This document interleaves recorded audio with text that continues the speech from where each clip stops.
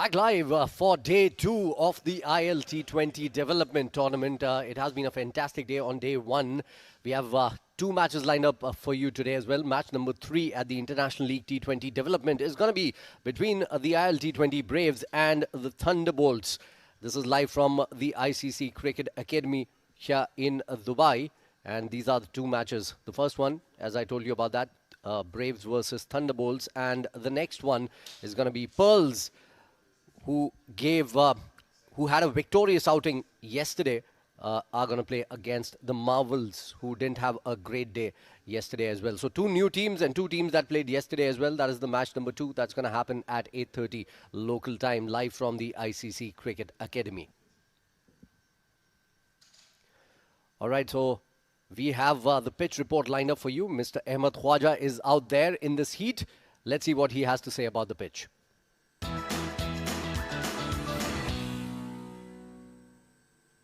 Day 2 of the ILT20 development tournament, and let's take a look at the 22 yards that will be in action today at the ICC Academy Oval 1.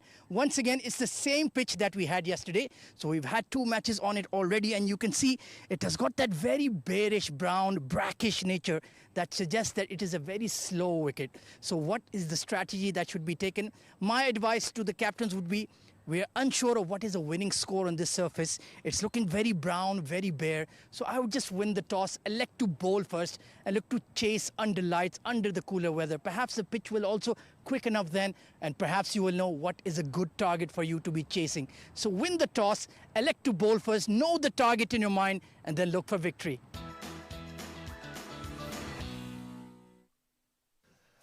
Well, that was Ahmed Khwaja with the pitch report saying it's going to behave the same way it behaved yesterday as well. And of course, the pitch looks very, very dry with dry grass on the surface. So it's not going to be a very, very high scoring game. Let's see what happens at the toss between the 2 teams. Rashid Mohammed is there with the captains.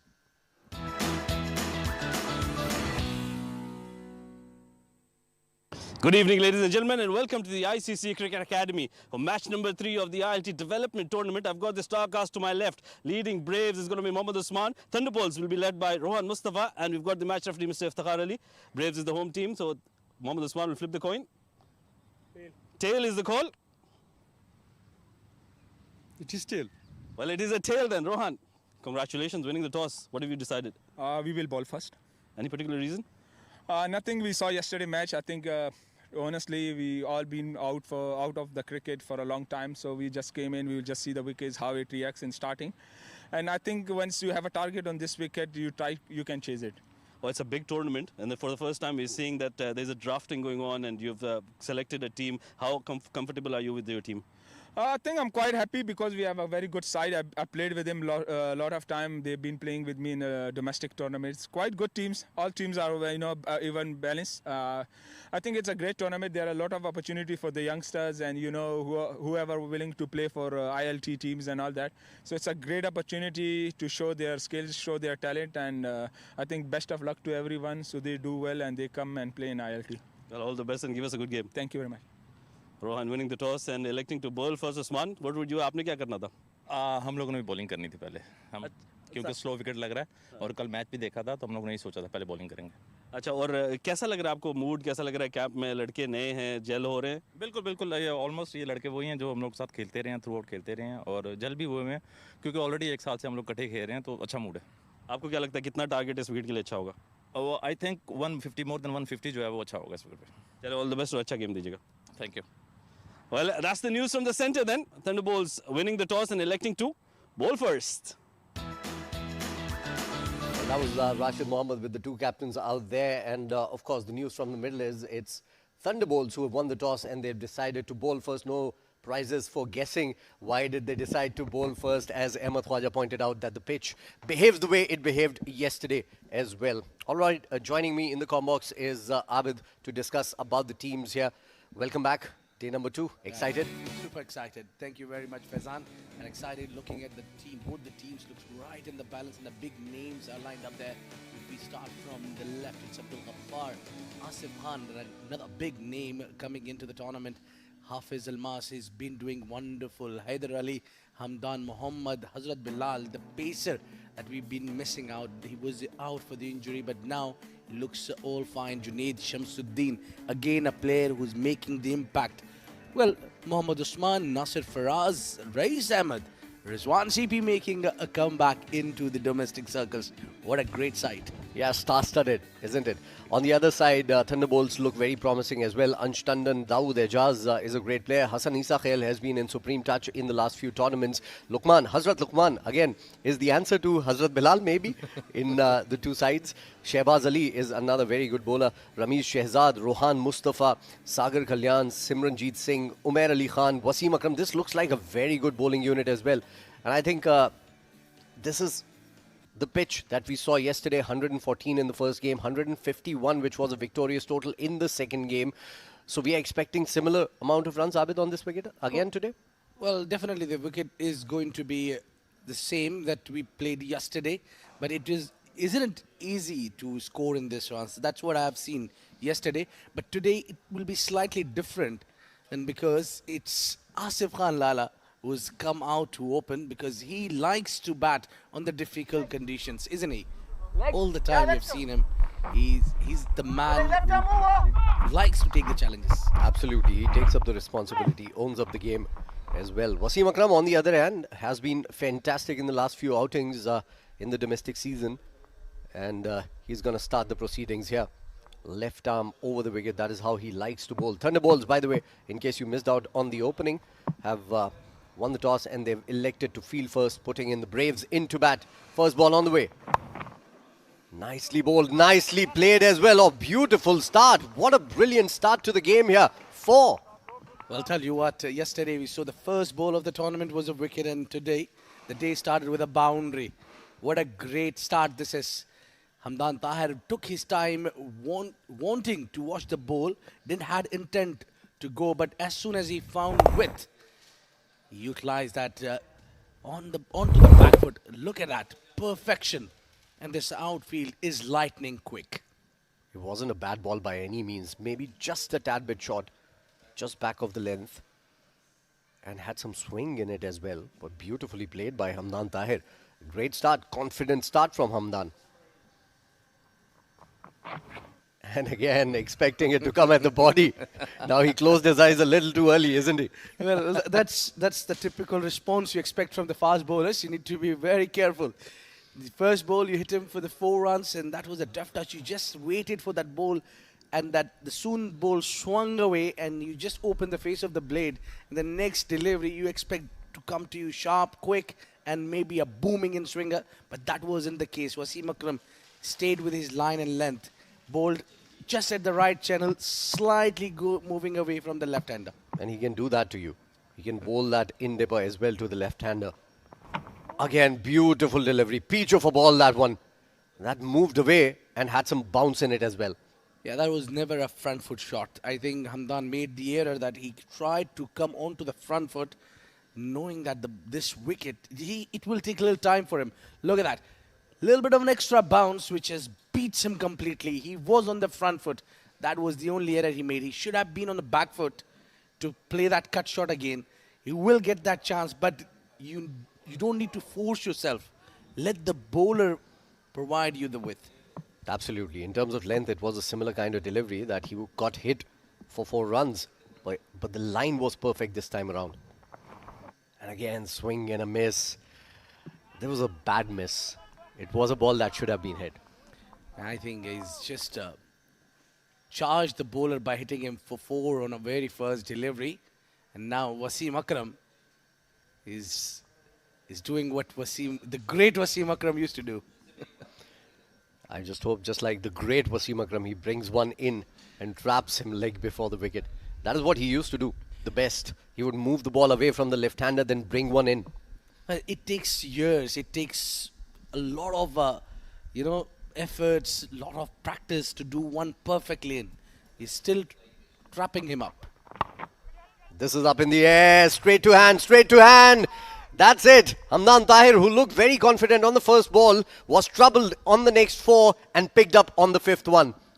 It all took one delivery onto the body, and Hamdan couldn't control himself. Because of the extra bounce, the head was not in position. He was not in position, and the ball is easy catch in the end for Simranjeet. What a great delivery that was. He just played with his mind, feeding him outside off 3 times, and the fourth one was his wicket. He scores 4, and it's 4 for 1.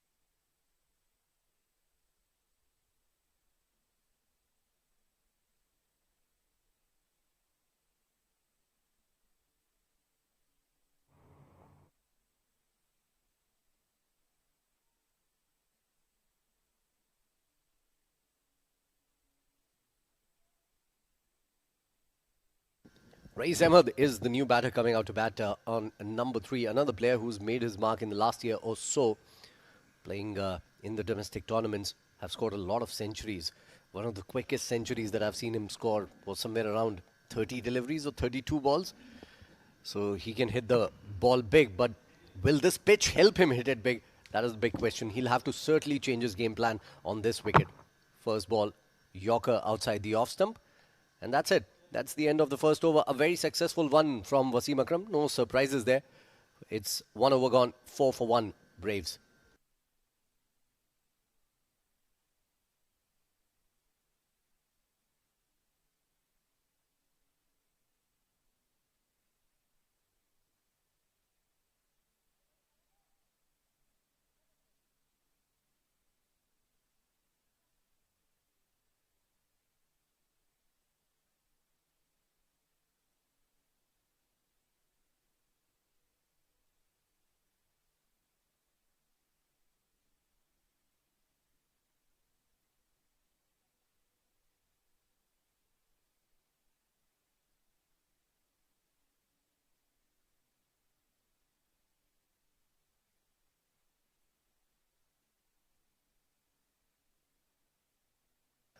Hazrat Luqman with a new hairdo coming out to bowl here for the very first time in this particular game. A very quick bowler, a very hard-working bowler, and made a name for himself in the ILT20 as well last year.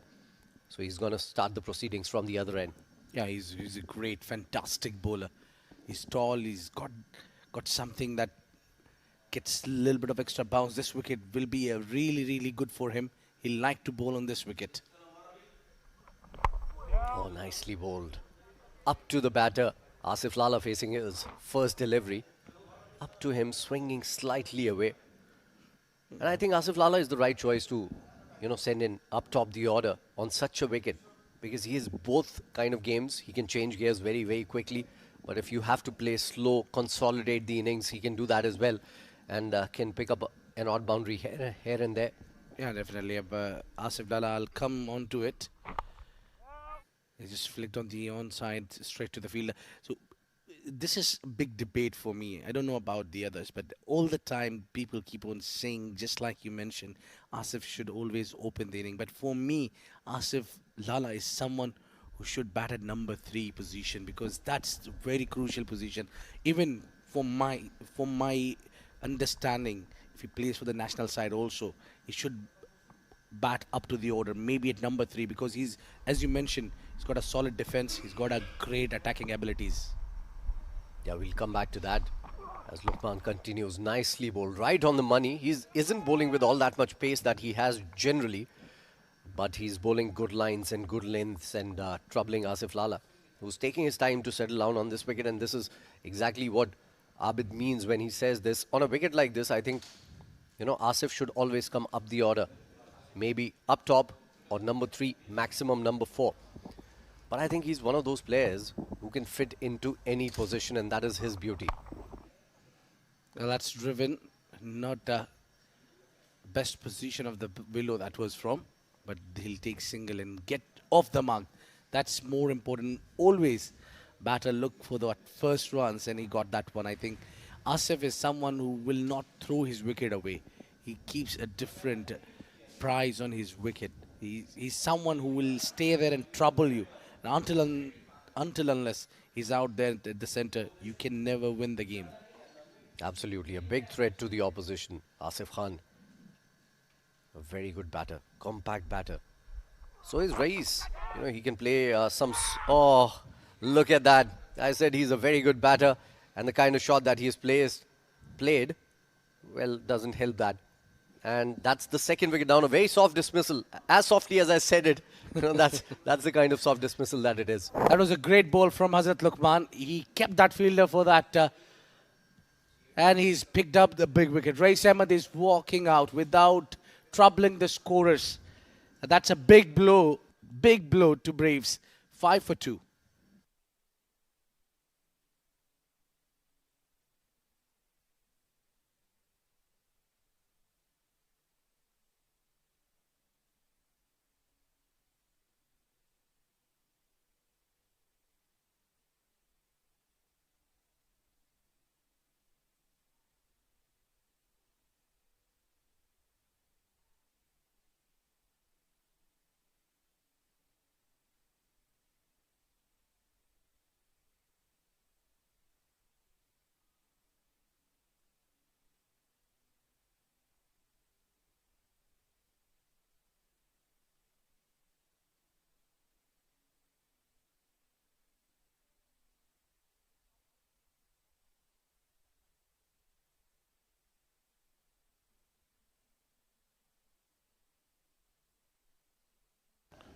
CP Rizwan is the new batter. Another batter, I think, who's come in at the right time for their team because it's 5 for 2 already. He's a brilliant batter, very compact batter again. Has a great technique as well. CP Rizwan, ex-UAE captain, so has all the experience in the world as well, Abid. Yeah, he's played around the world as well. Nicely bowled, first up. And that is the end of the over. So 2 overs gone. It's 5 for 2. Great start for the Thunderbolts.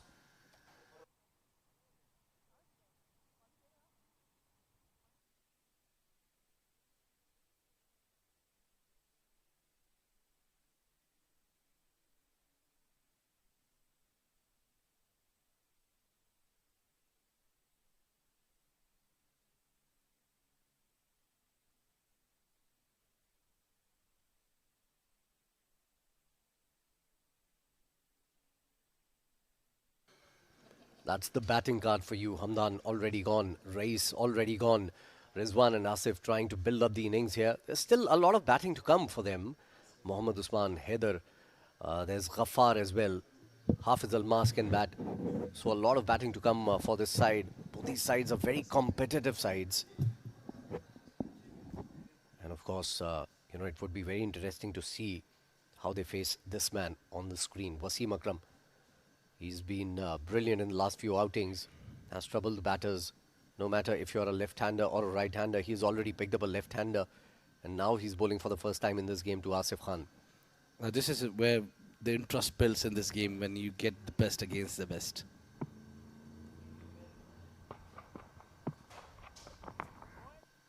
Lets it go.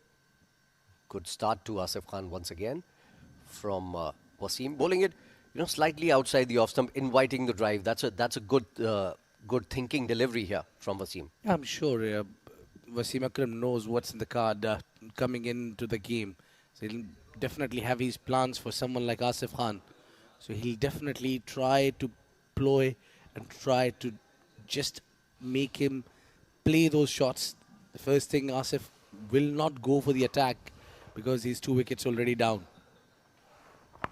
And again, short delivery. Asif picks this one and hits this one almost on the road. This has gone for the first 6 here. Brilliant shot. Well, if you give that sort of easy delivery for Asif Khan, he'll pick you any day. Look at that. That ball was swinging. He saw that easy picking. That's nothing delivery, but Asif Khan making full use of it. That's gone for half a dozen. 6 runs. That's a very good shot. We always talk about the fact that, there's a difference between good batters and great batters. Great batters have that extra fraction bit of a second, a fraction of a second with them. And I think that was visible there in that shot as well. the way he came onto the back foot very quickly and helped it on its way, I think it was a brilliant, brilliant shot to see. A lovely shot. Yeah, the delivery was not really good. It was asking for the punishment and got treated with one.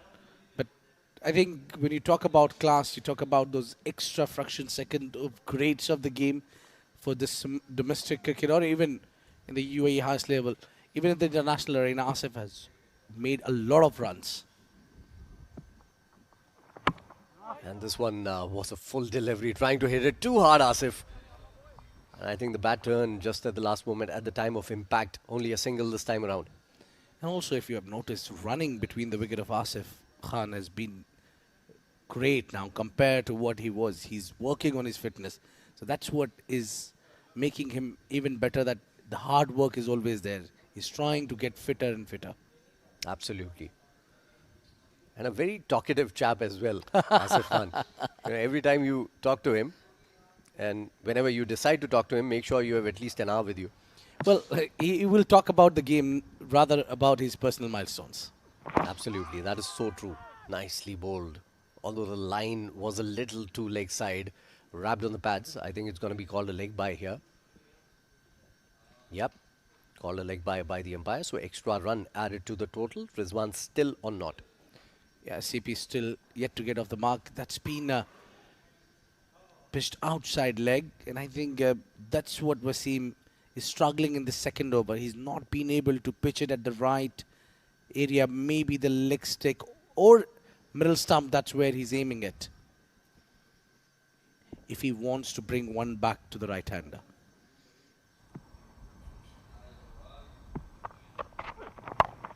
And again, in the air, not time to perfection. Where is it going? No man's land. That is where it lands. Rohan Mustafa chases it down. It's got to be an easy 2 here for Asif Khan, but not a very convincing shot from him. Yeah, not in control at all, but he knew it. There is still, the fielder is inside the circle only. He had to do the clear that 30-yard circle.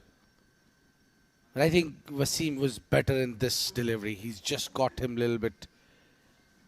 That will bring him maybe wicket, or at least he can get that impact in the game so that the other end can get the benefit. I think it was the line. That was the problem on that last ball that went for a 6. And this time, it's up to him. This time, he gets hold of it. This is the second 6 of the over. Asif Khan on fire now. That concludes the over with that. 3 overs gone. 21 for 2 now, Braves.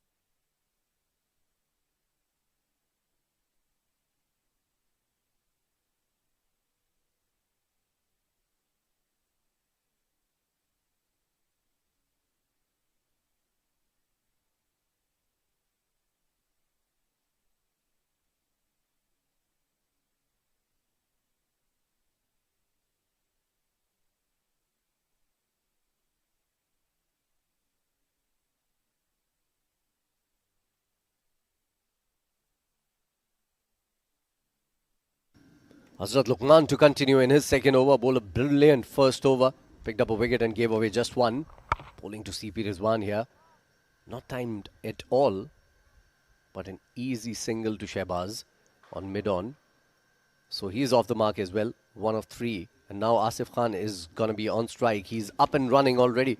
And that was evident in the last over. 16 now of just 9 deliveries. What a great shot that was. The last 6 that he's hit, he's just blown that away. What a great hit. And mind you, that wasn't a bad delivery at all. Oh, nicely bowled. Almost a Yorker. Dug it out, Asif Khan. And hits it towards mid-off. Another dot delivery. Hazrat Luqman has started really well. He's bowled some difficult balls, although he isn't bowling with all that much pace that he has generally. But he's making sure that he's bowling tight lengths and tight lines. I think he's relying more on a swing rather than the speed. And he's someone who got that hard length as well. Look at that. That's the delivery I was talking about. A peach of a ball. Perfect delivery here. Length, swinging away. No feet movement from Asif Khan. Yeah, he's completely squared him up. And squaring up someone like Asif Khan, it takes a lot. Yeah, that was a brilliant ball. 22 for 2 now after 3.3. Brilliant start to the over, just a single of it. And again, oh my goodness me, what a delivery that was. Well, just to remind you, it's Asif Khan Lala who is receiving these deliveries at the receiving end. Completely bamboozled him. What a delivery. Oh, this is great. This is wonderful bowling. Hazrat Luqman, beautiful 2 deliveries. What a ball. Coming in with the angle, leaving him just at the last moment. It was the bounce from the wicket that saved him. And Asif Khan tries the slog shot now and doesn't help. Yeah, but you see Hazrat Luqman, the soon he beats him again on the third time. He just went back. I was expecting some chirp or maybe something, but that won't happen because these both played together, and even Hazrat Luqman knows the caliber of Asif Khan. Yeah, but what a good over this has been. He's bowled perfect lengths, swung the ball away from the right-hander. Can he bring one in? No, he doesn't. In fact, Asif Khan hits one out for 1 bounce 4. And that ends the over as well. Good finish to a very good over from Hazrat Luqman. It's 4 overs gone, 26 for 2 now, the Braves.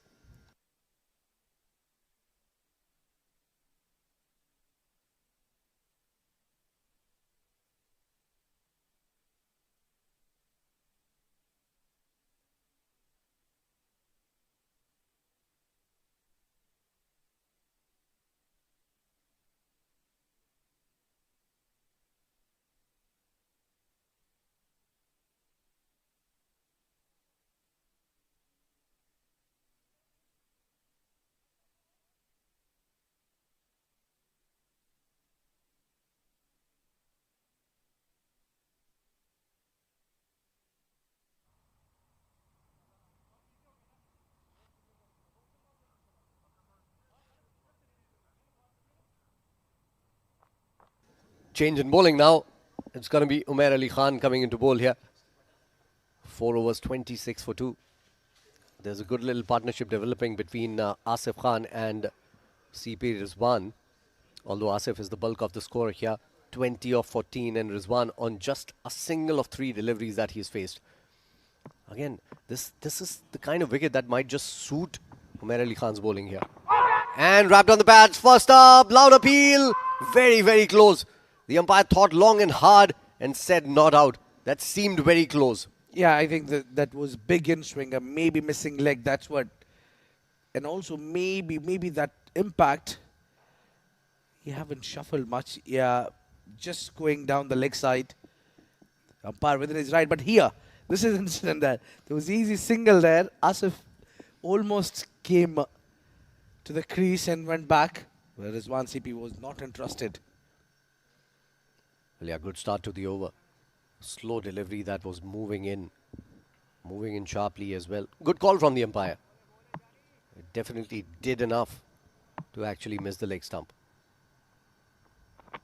And again, outside the off stump. Good bounce in that ball. Good start to the over for Umair Ali Khan. As I was saying, Abid, this kind of wicket might just suit his bowling. Yeah, I think, but it will be more impactful if you keep the keeper up with Umair. When he keeps the keeper up and he sticks with line and length, that's where you tease the batter. Just get him out of that comfort zone. If you just can have the keeper up. And again, nicely bowled. This time, nicely played straight to the fielder. So starts off with 3 dot balls. CB Rizwan under some pressure here. Isn't able to take the single to rotate the strike. And I've said this time and again, the basics of the game remain the same. When runs are not coming in easily, you need to rotate the strike as soon as possible.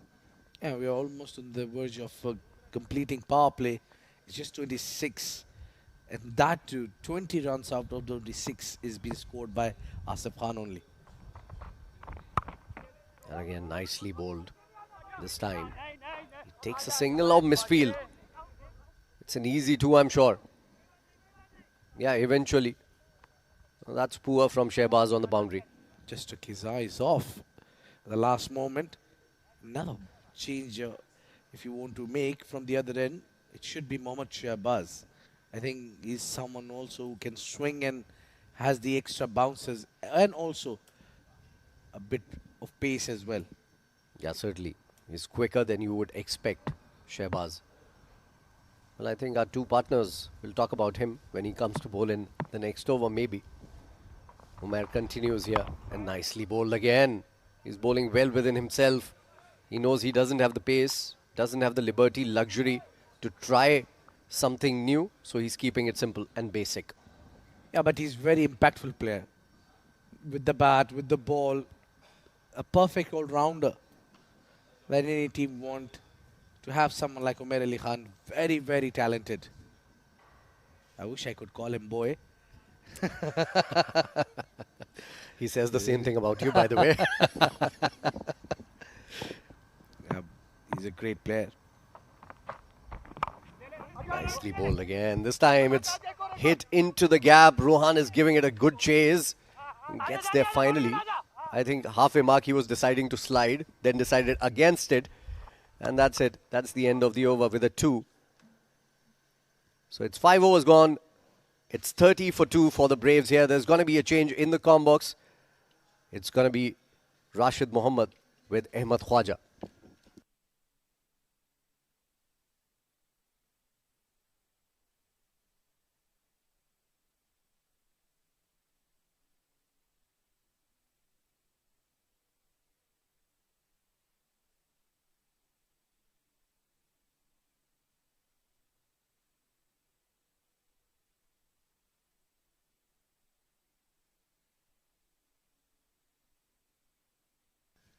Thank you very much, Faizan and Abid, the deadly duo.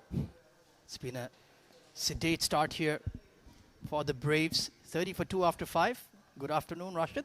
Good afternoon, Ahmed. Yes, we were expecting this kind of a start, but I think Asif has done really well, 20 or 14. He's the man who's been doing the bulk of scoring. And I think his wicket would be of prime importance, not only for the Braves, but for Thunderbolts as well, if they are to get to a good total. Yeah, it does look a difficult surface to bat on. The ball not quite coming on. We've had a few dismissals playing across the line, some variable bounce. And Hazrat Luqman, I could barely recognize him. He's lost that lion's mane. Had an outstanding ILT20 tournament and has been retained, in fact. Oh, caught and bowled attempt, but put down. How close was that? Oh, it's been struggling against him, Asif Khan. And Hazrat Luqman is getting that movement away from the right-hander. It was in the block hole, played back straight to the bowler. Well, that can be a very, very costly drop. That was the wicket they were looking for. And look at that. Presented to him, and he didn't expect it to come to him. He was probably expecting it to come a little more quicker. Yeah, just a minor correction. He has not been, in fact, retained. So he has plenty to prove in this development tournament. Length delivery. And once again, not quite coming through to the batter. And even a man like Asif Khan is struggling to time the ball this evening.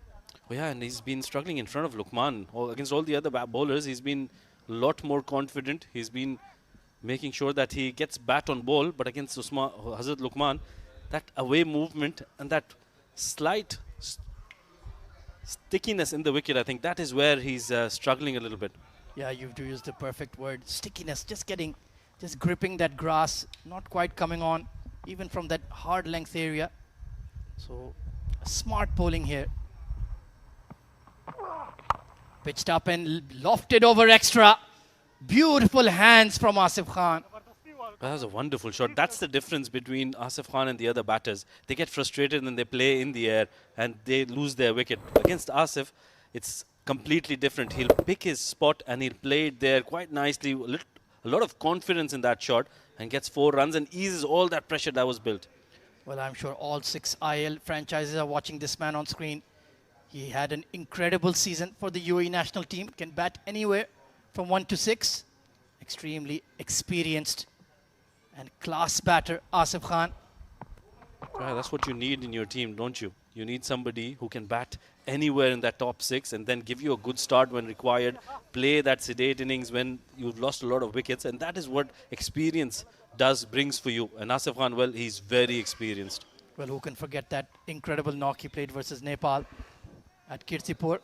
One of the fastest hundreds by a number 7 batter in ODI cricket. I think it was just a 42 deliveries, 40 odd if I'm not wrong.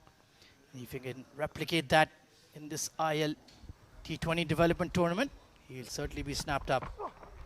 Back of a length delivery, once again looking for the pull. It's a good tussle going on here between Luqman and Asif. Oh, I love this battle. This is very, very good, and it is the reason why we love this game so much. Hazrat Luqman has been superb. Look at that delivery. That really took off. We've seen balls sticking into the wicket, but that one was just too quick for him. And I think we don't say that too often, but Asif Khan was late on a shot. Final delivery of the power play then. It's been going towards the men in green. Wise decision to bowl first by Rohan Mustafa. Down the leg side. Well, he'll have to re-bowl that one. But it is quite stiflingly hot out there, as you and I both realized. Yes, we had the honor of doing the pitch report and the toss, so we knew how hot it is out there. But having said that, I think Luqman was trying that in-swinger. He's been bowling that out-swinger to Asif Khan and just wanted to surprise him with that. Didn't get it right. But good approach there from the Thunderbolts at the moment. They're doing a wonderful job, picking up 2 wickets, giving away just 35 in 5.5 against Asif Khan and Rizwan CP. That's no mean feat. Oh, absolutely. They've done really well. Length delivery, off pace and beautifully bowled. So the power play concludes.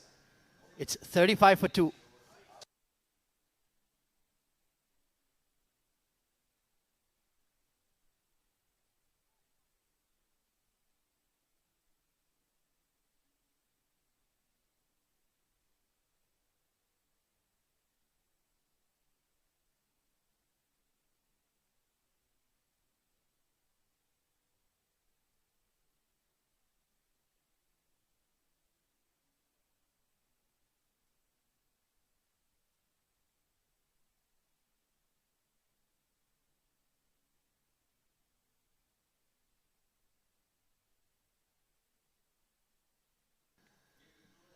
Plenty of seam bowling options available for Rohan Mustafa himself.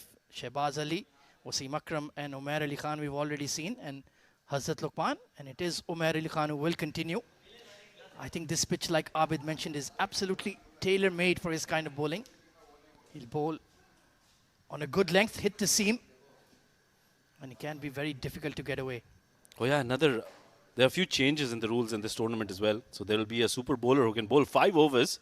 So that's something for the bowlers to look up to. That'll be very encouraging for them. So they would want to bowl that first 4 overs very nicely, very economically, and then probably come in to bowl that 5th over. And then we've got the extra power play, 2 overs between the 12th and the 18th over, and an extra point as well. Whichever team scores more runs in those 8 power play overs. Meanwhile, this is played uppishly, but in the gap, beautiful shot coming in from Rizwan CP. This is what he's known for, timing it perfectly for a boundary. Well, that's CP Rizwan at his best. Loves to drive off the front foot towards that extra cover wide-ish mid-off region. Slightly overpitched. Not much wrong with that delivery. And that's all he needed. That was a super shot, wasn't it?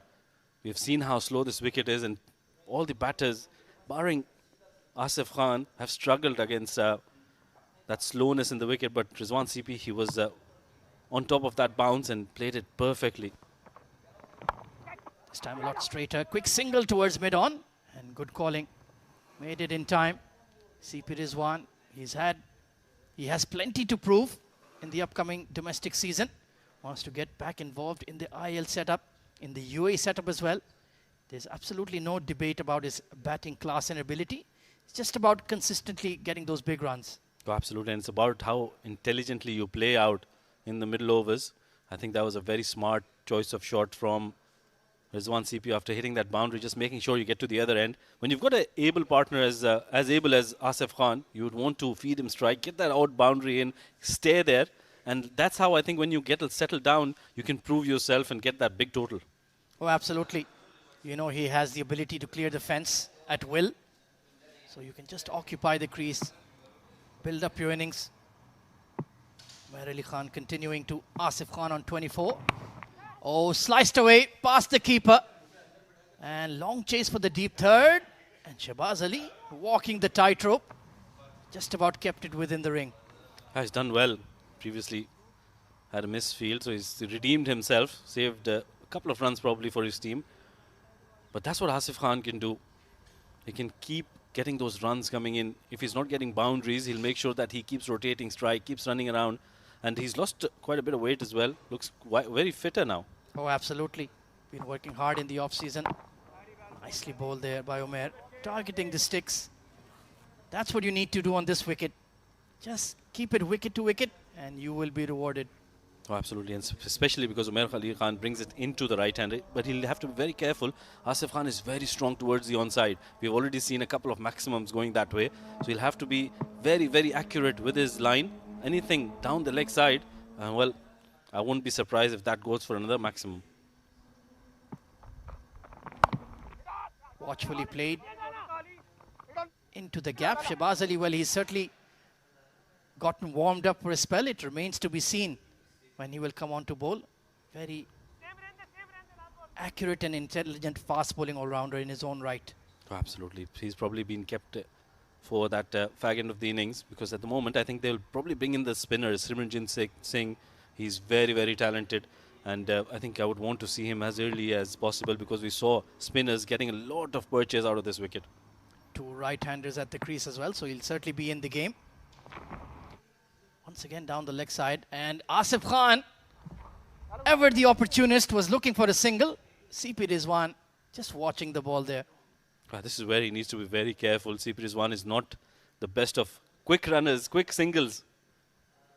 So he'll have to just change. And Asif Khan, well, he wanted that single straight away. But good early call. And that's what probably saved them. Otherwise, it could have been a yes, no, and a sorry. I love the intent there from Asif. It was certainly a single on offer, but erring on the side of safety. Squeezed away to square leg to conclude the 7th. So ILT20 Braves 45 for 2.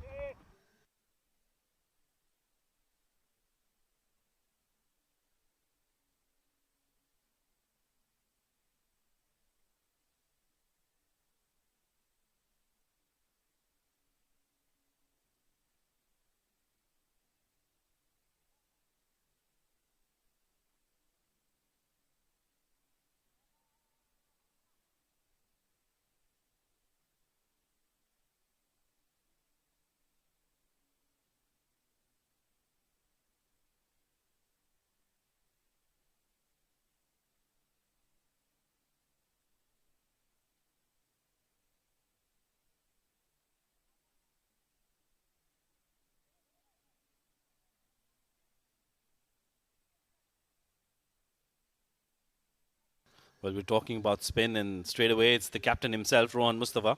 And I think good choice coming in from the other side, where the boundary is on the bigger end, on the onside. And he'll probably bring in the left arm spinner from the shorter end. Right on the money to start is Rohan Mustafa.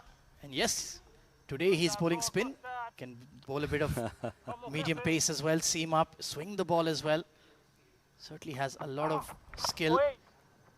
Good looking punch, but straight to the extra cover fielder, and he'll race through his over here, Rashid. Oh, absolutely. He'll not let us really analyze his bowling. He'll just go in and bowl as quick as possible. And he's got a brilliant Yorker as well.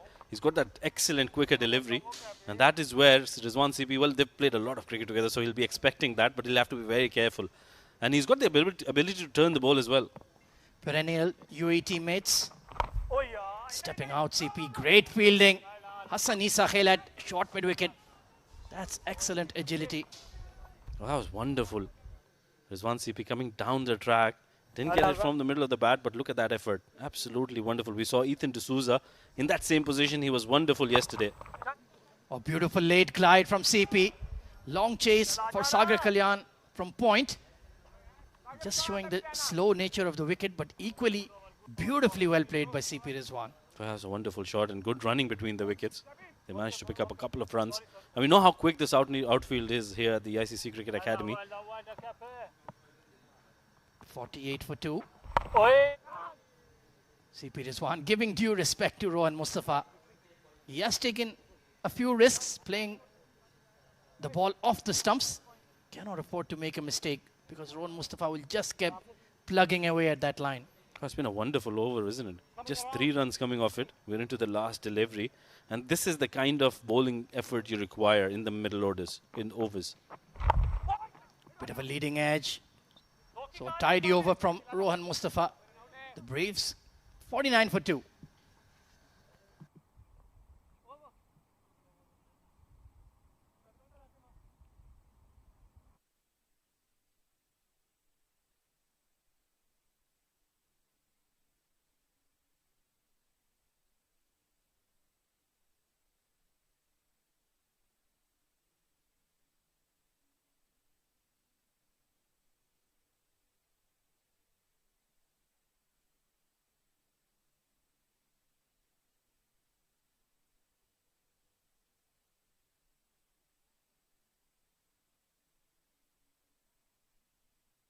So it is going to be Shehbaz Ali coming on to bowl. Umair Ali Khan, just a short burst. And it will be interesting to see, like you mentioned, that new thing being introduced, the super bowler. I think that's a wonderful change. Adjustment to the rules makes the T20 cricket more exciting and something for the bowlers to work with.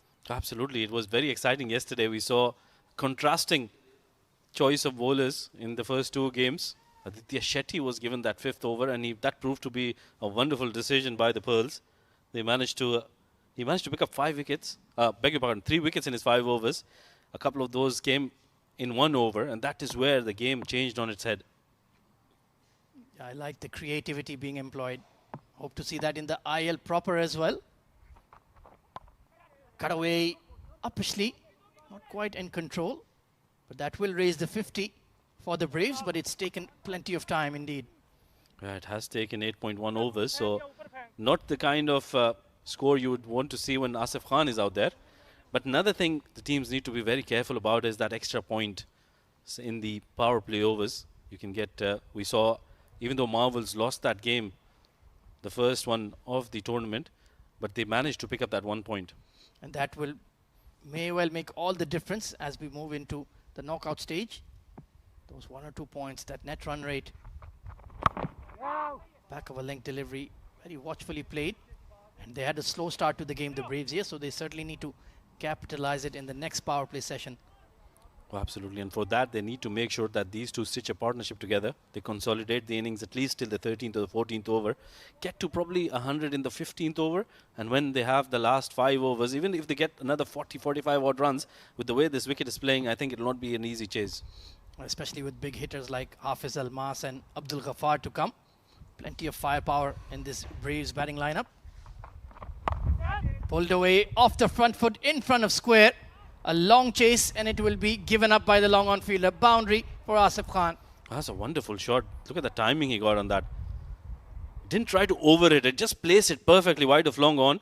Wasn't a bad delivery to start with, but what a class shot that was from Asif Khan. Look at that. Generating a lot of power off that back foot and making sure that he gets it in the gap for yet another boundary. And that is what he's been doing so well. Taking off that pressure by hitting that odd boundary. He really is a master craftsman, Asif Khan. 31 of 25. He's looking dangerous now. And Shehbaz Ali has to be very, very precise.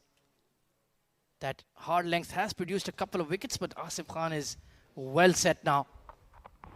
Oh, look at that kick off the surface.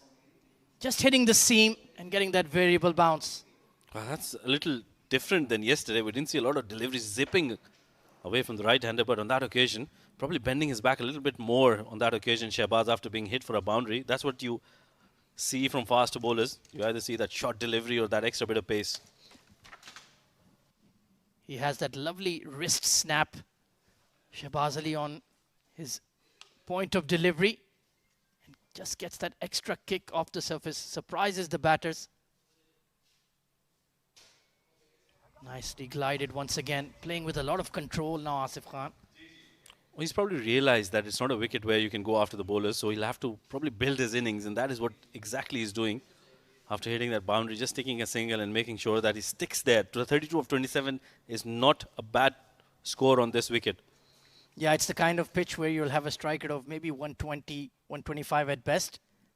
You really need to apply yourself, and it's a good examination. Because you can expect these kind of surfaces in the IL as well, especially in venues like Sharjah or Abu Dhabi. Dubai has a pretty good batting track, suits the seamers as well with some healthy bounce. Yeah, you need to be careful, and what a delivery. That is an excellent delivery from Shehbaz. Bringing it into the right-hander, Rizwan CP, that gap between bat and pap, that has been his downfall. Fabulous bowling from Shehbaz. Just look at that, nipping in, and that's an absolute beauty. Back of the hander, grip the surface, and clips that middle end leg. Wonderful bowling. And CP Rizwan, that's exactly what he's telling Asif Khan. He got me there. Gone for 15 of 20, 55 for 3.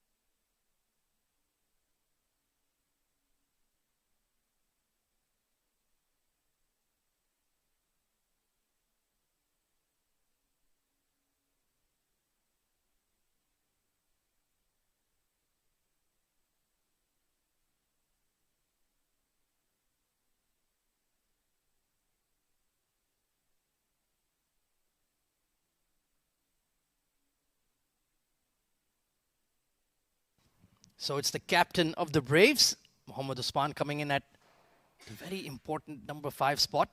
Left hand, right hand combination now at the crease. Perennial UAE international. Fabulous player, very experienced.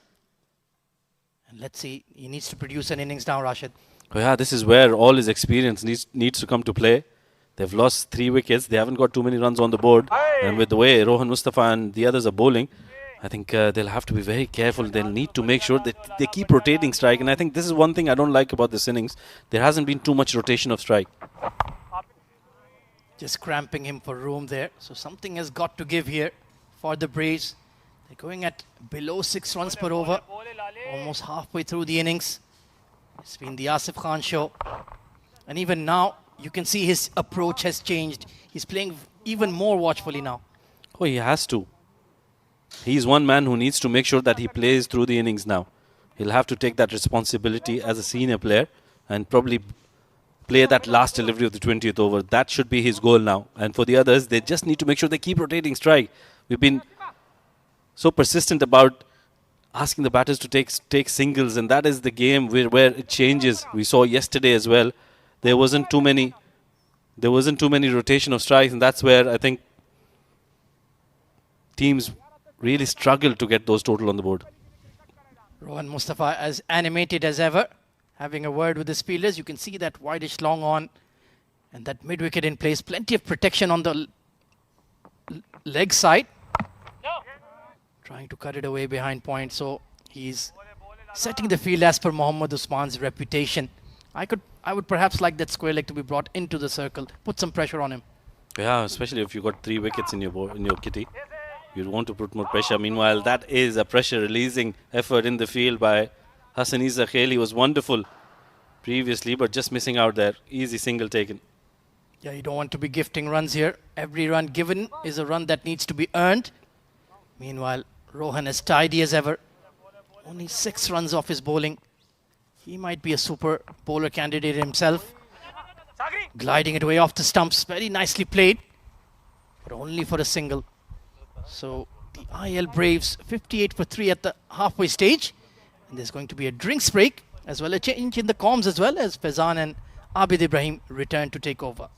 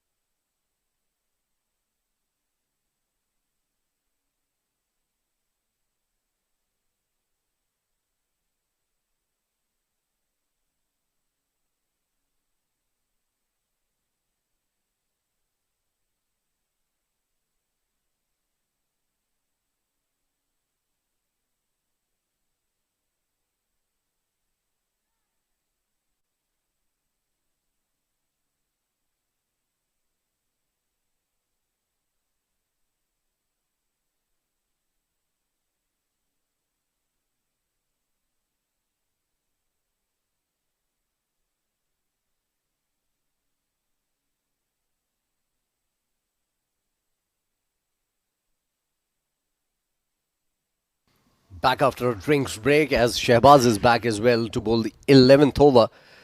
He was good in the very first over that he bowled and picked up CP Rizwan as well, giving away just 6 runs. And he continues here. Bowling to Asif Khan. Nicely bowled. Takes a single on the very first ball of the over. Welcome, Abid Ibrahim. Well, thank you very much, Faizan Khan. It's really interesting phase of the game where you need to see the two veterans batting together, Mohammad Usman alongside Asif Khan, trying to rebuild this innings and trying to get some decent, some handsome numbers on board. I think they must be looking around 140, 130, which, yes, it looks distance from here. But once Asif Khan gets clicked and also Usman Khan gets going from here, let's not lose any more casualties and keep on moving and getting runs. And more importantly, singles are crucial here. You need to rotate the strike and then you can get those numbers what I'm talking about. Absolutely. If you keep taking 5 singles and over, you might get a 6th ball that you can hit to the boundary. Nicely played. And yeah, there's no doubt about that. Mohammad Usman is one of my favorite batters for the longest time, since the time he used to play in the UAE. He's a very established batter and a technically correct batter as well again, and can score very quickly as well when he changes gears. So both these batters in that regard are very similar. They need to make sure, and I think Rashid was talking about it as well in his last stint, they need to make sure that Asif at least bats till the end of the 20th over. Big shout. And the ball might be going down the leg side. I'm 100% in agreement with you that Asif is someone who need to bat in the entire 20 overs. and alongside him, Mohammad Usman should take the responsibility as well as he leads the team. He has a more responsibility to accompany him. Yeah, I think the height was also, and maybe a little bit of inside edge. Yeah, I think definitely an inside edge there. That saved him. Otherwise, wrapped on the pads, that might have been a problem for Asif Khan, who's going at it run a ball. Normally doesn't play like that unless situation demands it. This is a low full toss, hit in the gap, and that's poor. That's poor from Hassan Isa Khail. He's a young man, a brilliant lad, but a couple of lapses in the field now for him ensures that Asif Khan eventually gets a shackle-breaking boundary here. Yeah, that was Luzna. Full toss. Put it away. There was a fielder that should have been only single. And look at that. Now he just couldn't find the perfect place where to grab the ball and get it. It just got odd bounce in front. But that's why the coaches say always bring your body behind the ball. Also, what was funny was someone was making a video in the background. So that might just be up on the social media. Not great for any player. Shehbaz continues. Nicely played. Oh, again, another misfield. This will ensure an easy single again, as Rohan Mustafa now is manning the boundary. And Asif Khan very quickly onto 40 of 35, takes a single, rotates the strike. This is turning out to be a decent over, 7 of it. Yeah, if you just notice, it takes no time for Rohan Mustafa to make changes. That's why we call him a true captain. He captained UAE for a number of years. He's been a captain of so many teams. You see, soon Isa Khail has misfielded. He changed him immediately. Oh, beautiful shot from Usman. A good pickup shot. Unfortunately, he finds the fielder on the boundary. But this was nicely played. A brave shot from the brave captain. It's 11 overs gone. 66 for the loss of 3 now.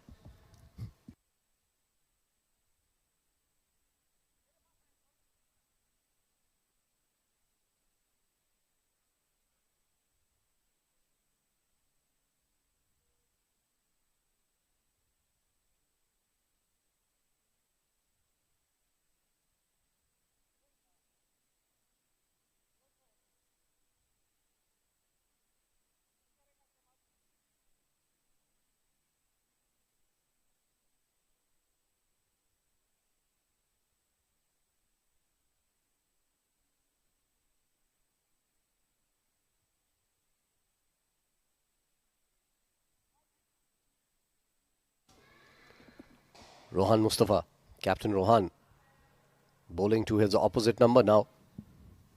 To Usman, nicely played. Oh, what a shot.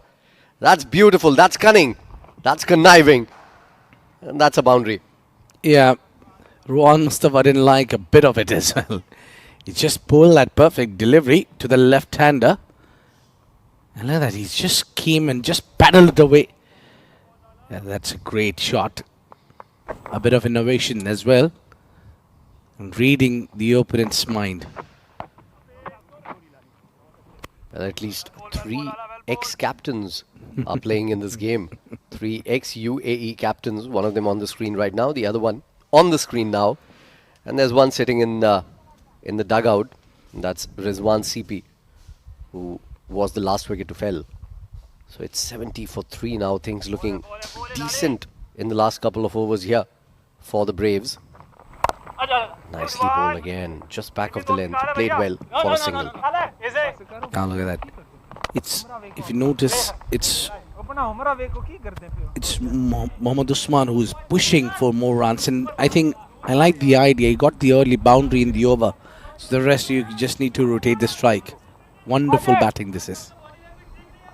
Absolutely, and I think even Asif should do that. He sometimes plays a lot of dot balls, and that becomes a problem for his side. Looking for a single this time around. Good bit of fielding, but I think it's going to be a single easily taken. Shehbaz the man there. Asif is kind of a player who likes to, keep the strike to himself and try to go. Well, swept it hard and got 4 runs. This is happening second time in an over. Yeah, that was a poor delivery. Down the leg side. Not a great ball. And a man of Usman's caliber and potential and talent can hit that one even with closed eyes. I think it was just Rohan Mustafa made the error, bowled him around the pads, bit too much on the leg side. It becomes really easy for him. This is I was talking about, and I'll continue with that thought in just a little bit as it is the end of 12 overs. They are going now a notch above 6. This was a good over. 10 of it, 76 for the loss of 3 now after 12.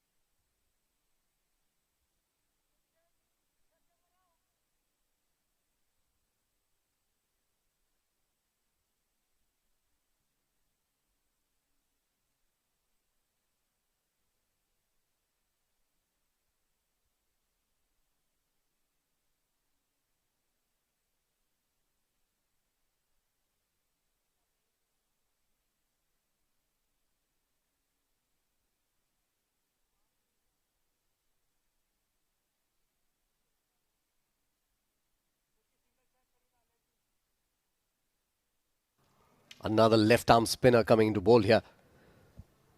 We certainly don't have a dearth of left arm spinners in the UAE. A very funny incident in the D50. We were counting how many left arm spinners were playing. We counted, Rashid and I, we counted 16 left arm spinners in that tournament alone. Wow. Yeah, I call it the land of the left arm spinners, UAE. The planet of the left armers. But tell you what I think here, Faizan, that maybe a bit of a error here from Rohan Mustafa, not bringing Simranjeet. He should be bowling maybe before 10 overs. Bringing him slightly late, maybe. Just late. Well, first ball. And Asif Khan, I think, is going to target Simranjeet here. Because the first shot, the way he played it, he wanted to hit it big. I tell you what, there is a mind game. He want to target Simran early so that he knows about it. If this bowler gets hit early, he won't be able to perform. Nicely bowled. Good comeback delivery from Simranjeet. So first runs off his bowling. Asif Khan into the 40s now, 42 of 38. Even Usman has started pretty well. He's looking very positive. Indeed, Usman has to. He's the captain of the side. He need to set an example. I tell you what, there's some mind games going on here. They definitely knows about Simranjeet. There are bowlers that if they dominate, they'll keep on dominating. You just need to take them for the ride early so that they don't be harmful to your team. You talk about matchups, left armour bowling against a left-handed batter. But I think it's a good move because this is the longest side of the ground on the leg side. And again, trying to play that lap shot or a pedal sweep and hits it straight to the fielder. So I think Usman will have to put in a lot of power and a lot of timing to clear that boundary, which is the longer part of the ground. Yeah, he would get the longer part, but he would like to bowl against Asif.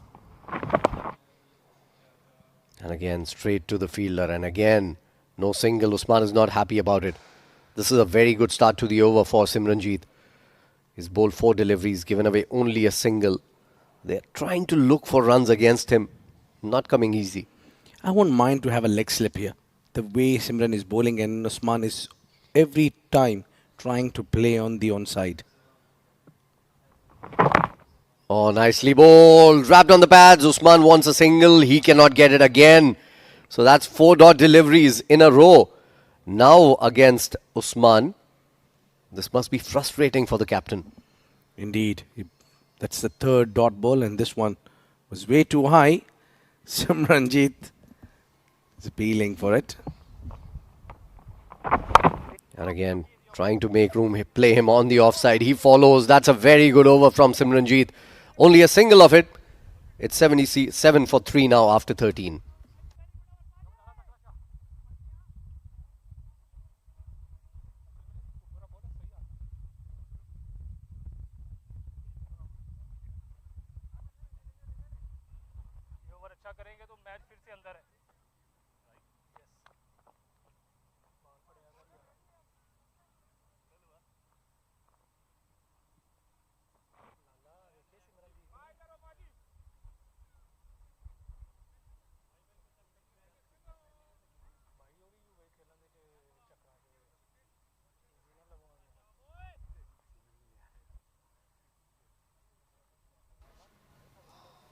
Also, this is good captaincy coming in from Rohan Mustafa. I'll talk about that after this delivery. Making room, Asif plays it on the offside. There's a fielder there. Only a single this time around. This is good captaincy from Rohan Mustafa, if you ask me. Because he's using his bowlers. He's trying to put thought into it. He's bowling from an end to the right-hander where the leg side is pretty big. And on the other hand, he has brought in a left-hander, bowling against a left-hander with the long boundary on the leg side again. Yeah, there is some strategy within the game. Rohan Mustafa is an example leader. We know that he's captaincy caliber.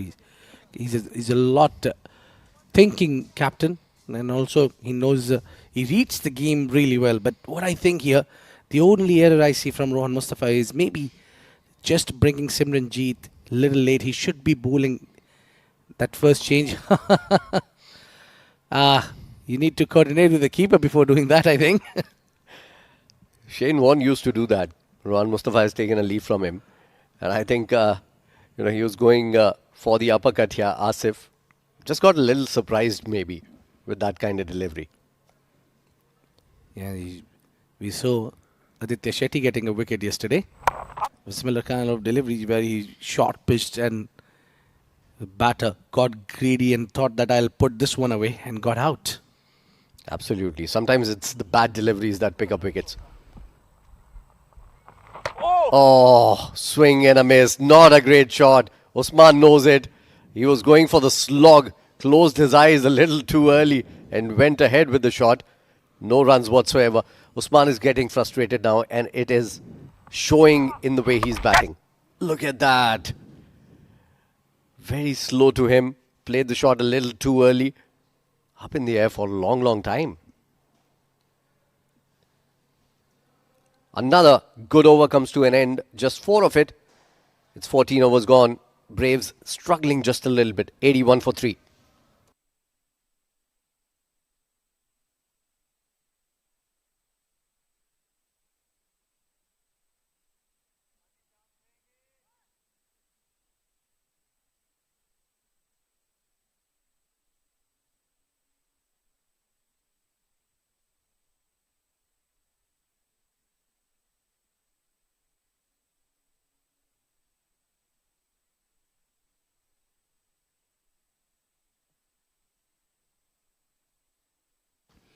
Simranjeet now.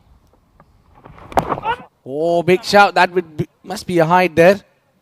A little bit of excitement here for the bowler. And Mohammad Usman clearly getting frustrated. He wants some runs. He wants ball to be sent out of the park. But I think Simran is bowling really well here. He's bowling slow through the air. He knows the wicket is dry. Letting the wicket do its thing. And I think it's good captaincy once again from Rohan Mustafa. The fine leg is very, very fine actually. Because of the kind of shots that Usman has played previously against these spinners. So I think it's very good move. I think Thunderbolts are on top in this battle right now in the past 3-4 overs. Indeed, they have just kept the pressure on. Not providing runs at all. Even now, he wanted to go big on the onside. Really tried to hit that one with a lot of muscle, a lot of bottom hand.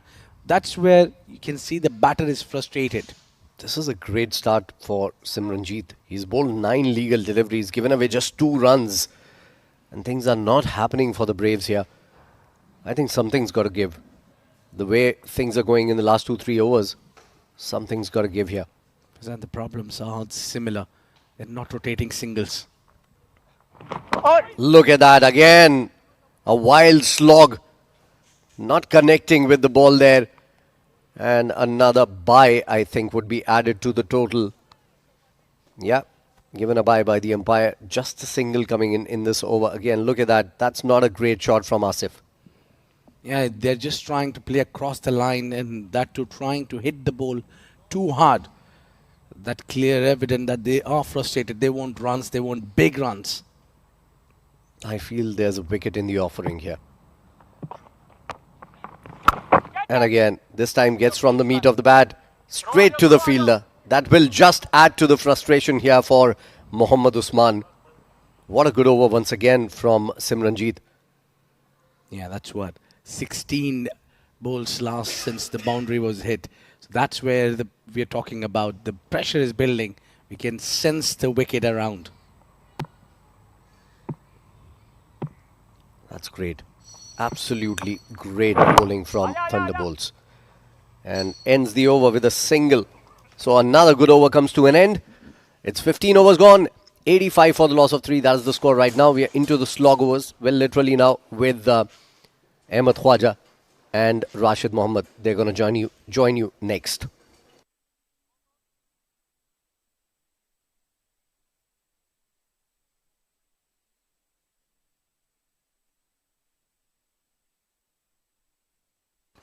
Thank you very much, Abid and Faizan. The runs have really dried up here for the Braves. Have yet to hit a boundary in 3 overs. Excellent bowling from Simranjeet Singh. And full credit to the Thunderbolts bowling. Rohan Mustafa has recognized the patchy nature of this wicket. And his spinners are really making it tough going out there. So here we go. The floating power play has been taken. So time for some excitement with Rashid alongside me in the comm box. Thank you, Ahmed. Yes, these are exciting times. 17 deliveries since the last boundary was hit. So perfect opportunity for the Braves to go big, especially with Asif Khan still out there. And he's got Usman Khan, Mohammad Usman, his partner, the captain at the other end, who's struggling a little bit. I think 16 of 21. Very unlike him. But this is where they can change that, redeem themselves. We were talking about how they can get to 115 and then probably go after the bowling in the last 5. They have got to those 15 overs without losing too many wickets, but I think they're just short of few runs. I honestly would have taken it earlier. Put the pressure on the Thunderbolts, make them react, and then force them to use spin at the end with the likes of Hafiz Almas, Abdul Ghaffar to come.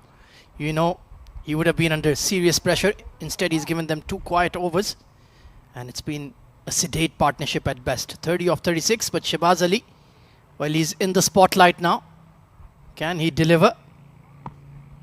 He was very good in his first spell. Didn't give away too many runs, and this is where he needs to come in and pick up that important wicket of Asif Khan. And that's been slammed over cow corner. All the way for a maximum to raise his 50, Asif Khan. What a way to get to your half century. That wasn't a bad delivery, but that is the class of Asif Khan. Picked it up. Didn't need too much movement off the feet. Look at that. Beautiful pickup and right from the meat of the bat. He just sat up on a length and had to be dispatched. That's a big hit, about 85, 87 meters. So now Asif Khan is on the move. 4 boundaries and 3 beautiful sixes. But it has been a laborious knock, but he's looking dangerous. Yeah, this is where I think he'll shift gears and provide that impetus that is required towards the end of the innings. Rohan Mustafa in the ear of his all-rounder. You have to pitch the ball up here or be really short. Don't go for that in-between length in this second power play. So the alarm bells have been rung for the men in green. Let's see if he uses that change of pace as well. Slower bouncer. And Rashid Mohammed with a devilish smile because he knew it was coming. And they're running for 2. Great running. Dawood Ijaz. Well, that's a bit casual from the wicketkeeper. Yeah, this is excellent running. They understand the importance of these runs at the end of the innings. And Asif Khan, he wants to take most of the strike in this power play overs. And rightly so, he's the settled batter there. Toe end of the bat, and he was calling for 2 immediately. Deep mid-wicket in place. Simranjeet Singh, good fielder, but not the most powerful of arms and not particularly accurate either. So they've taken 8 runs early off this over.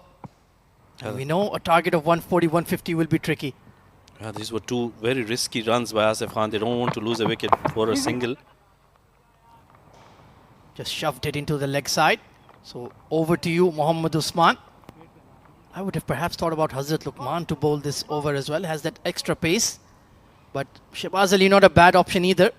Are they going to utilize that super bowler option though? Who will it be? Well, it depends at the moment. I think they've got the options quite open. And like you mentioned, Hazrat Luqman can be the other bowler from the other end for that second power play over. Remember, there are 2 power play overs. So Shehbaz bowling that first one. He's given away 23 in 2.3 and picked up a wicket of Rizwan CP. That was a very important wicket and a very deceptive ball to get rid of CP Rizwan. Yeah, since then, this partnership has developed. So Mohammad Usman, 16 of 21. Once again, the change of pace and good fielding of his own bowling. That's what you need to do. Mix it up here. Yeah, and for Usman, I think it needs to be on his toes. He needs to pick up a single if he's not able to get those boundaries in which have evaded him. I think he needs to make sure that he gives strike to Asif Khan. Experienced campaigners, the both of them. Asif just having a quiet word with his partner. We are looking at perhaps a 140, 150-ish target. Can they go beyond that? They need to maximize the next 8 deliveries for sure of the floating power play. Certainly, and with the way this wicket is playing, 140 will not be an easy total to chase. Meanwhile, he's connected. Usman is connected on this one, and that's gone all the way out of the park for a maximum. Well, that's landed on the 311. It's heading towards Dubai. Perhaps going shopping downtown. Slower delivery, and he read it like a book. Smashed for 6 to raise the 100 for the Braves. That was a very good pickup shot by Usman. Once again, that shorter delivery. He anticipated the slower delivery, and I think that is where he picked it up really well and hit it for a maximum. And this is turning out to be a brilliant over. 15 coming off it in the first 5. 1 more delivery to go, and that is where I think they'll be eyeing that extra point as well. Oh, yes. They have certainly taken a heavy toll. And still 7 legal deliveries to go in the floating power play. Meanwhile, over to the reserve umpire. New balls, please. Shamim AB doing the duties. Very experienced senior umpire. And well, now we have another 4.1 overs to go, Rashid. Projected score of 126, that's certainly not going to be enough. Yeah, and they've gotten to 100. We thought it'll be in the 15th over, but they've gotten to almost in the 16th over. And Asif Khan out there, Usman now looking to open up. He's hit that maximum, which is a very, very good shot. I thought he was struggling against the faster bowlers and the spinners as well. But now, with the power play coming in, I think that'll really ease that pressure. A much needed half century from the kingpin Asif Khan for the Braves. And now Mohammad Usman is cutting loose as well. Shehbaz Ali just erring in his length. And that's all that was required. So plenty of headaches now for Rohan Mustafa, who bowls the second over of power play. Will it be Luqman? Maybe Wasim Akram. He could be an option as well. Final delivery. Oh, and he's bowled him. Gone straight through the gate. Pitched up, wicket to wicket. And he struck gold. It has a wonderful delivery right in the block hole. And Usman once again trying to go for that big shot. Didn't connect. Misses that, but Shehbaz was on the money. Look at that beautiful delivery. Right on the middle stump, and that's taken Mohammad Usman, beg your pardon, out of the equation. Played a handy knock, 22 of 24. And I think 2 boundaries and a maximum in that. 100 for the loss of 4 after 16.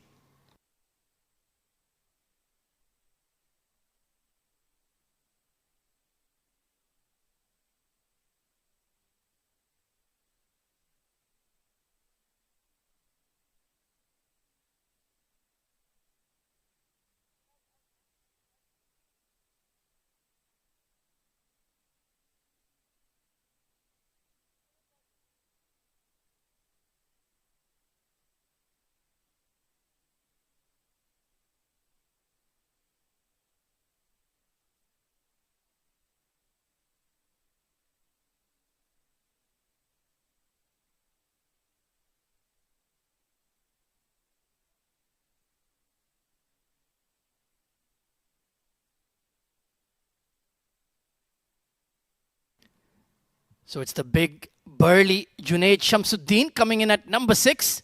And he's been in some stunning form these past couple of months in the domestic scene. Getting a massive opportunity to impress at this ILT20 development tournament. Well, this is a big opportunity for all the players who have worked so hard throughout the year. And this is one tournament everybody would be eyeing. And a golden opportunity for some of them to make it into the main event, the ILT20. Oh, absolutely. 13 players will be selected from this pool. So it's certainly, that's almost an entire team, Mohammad Rashid. So very, very high stakes indeed. And you need to show your best, just like this man on screen. 53 of 45 for Asif Khan. First match of the tournament, he's dictated terms. Yeah, he's been wonderful. All other batters have struggled on this wicket. I think he's played a very good innings. And we must give credit to Aryan Sharma as well. Last night he played a very good knock, 60 odd runs, and that proved to be a match-winning knock. Well, that's why those two are international caliber. Aryansh with that fabulous half century against New Zealand as well recently. What a brilliant knock that was, that led the UAE to victory, continuing that good form. Meanwhile, Hazrat Luqman is going to bowl the final over of the floating power play. 100 has been raised for the Braves. Pressure is on.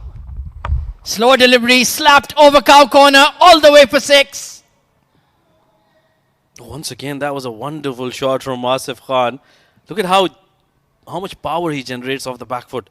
Wasn't all that short, but he just picked it up so early. He has that extra fraction of a second which Faizan was talking about, and that is the sign of a class player. Read that slow delivery very early, missed his length, that was the problem. And it was always going, heading towards the practice nets. 59 of 46. Well, there's not a lot of time to get to that triple figure mark, but if he continues in this vein, it is certainly possible. And if they can get anywhere above 150, that'll put a lot of pressure on the Thunderbolts. They've controlled the first 15 overs, but at the moment it's an Asif Khan show. Better delivery this time, pushed out towards that extra cover wideish mid-off region. Will be saved by Rambo, Ramesh Shahzad, another big name that we forgot to mention. Yeah, what an excellent effort that was in the field, saving a certain boundary. Asif Khan hit that fiercely, but Ramesh was up to the task and he made sure that he doesn't give away more than a single. That'll bring the new man on strike, Junaid Shamsu. Like you mentioned, he's been in supreme touch in the domestic circuit. Now his chance to prove himself. He could be a very vital add-on to any side in the IL, let me tell you. Pushed towards that extra cover, but Umair smartly. Well, there was no backup in place, and that's the value of experience. You don't want to gift overthrows. Yeah, you'd just be content with a single. And that is exactly what Umair Ali Khan has done. And this is what this team brings in, the Thunderbolts. They've got a lot of experience. They've got some youngsters as well. So at the moment, I think they've done well in the first 15. They need to pick that wicket of Asif Khan. How do they dislodge this man from the crease? He may take the game away. Hammered, but straight to extra cover. Well, that is going to sting the fingers of Umair Ali Khan. Yeah, that was fiercely hit, but straight to Umair Ali Khan it covers. But I think Asif Khan, we saw in the first part of the innings, he was struggling against Hazrat Luqman, which is why he's been brought in to bowl that second power play over. And I think after being hit for that maximum, he's come back really strongly. He certainly has. Oh, big full toss. Shoveled away towards mid-wicket. In the gap. One bounce over the rope for 4. Well, you can't bowl him there. He is playing on 64. Even if he was on 4, he would still hit you out of the park.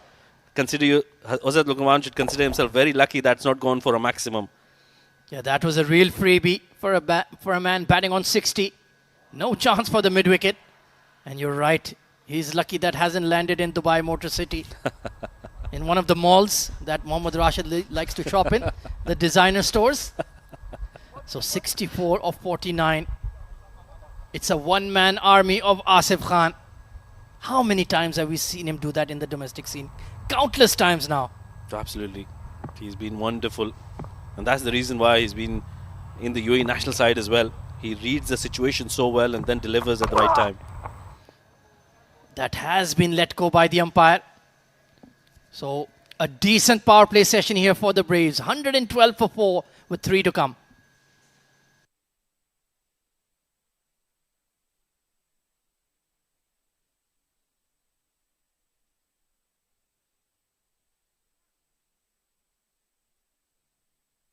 Well, these are the retained players that have been announced for the next edition of the ILT20. We can see ADKR, very fast bowler heavy. Matiullah Khan and Sabir Rao. Ali Nasir and Rohan Mustafa going to be representing the Vipers. Dubai Capitals, they have plenty to pick. They want 3 more players alongside Akif Raja. Then you have Gulf Giants, Ayan Afzal Khan, the young teenager, the champion left-arm spinner, all-rounder. Sanchit Mohan Sharma as well. MI Emirates, well, they've got the two big fish, Mohammad Wasim and Zahoor Khan. They've got 2 slots to fill. And then for the Sharjah Warriors, had a disappointing IL campaign. So they will be on the hunt. They've got a couple of fast bowlers as well in the form of Junaid Siddiqui and Mohammad Jawadullah. So 13 slots that need to be filled. And Junaid Shamsuddin has hammered this over square leg for 6. Oh, not a good delivery to start with by Umair Ali Khan. That was short and asking to be hit. It was a slower delivery. And Junaid Shamsuddin, well, he's played a lot of cricket against him. Picked it up really early and look at that power. It was all power there.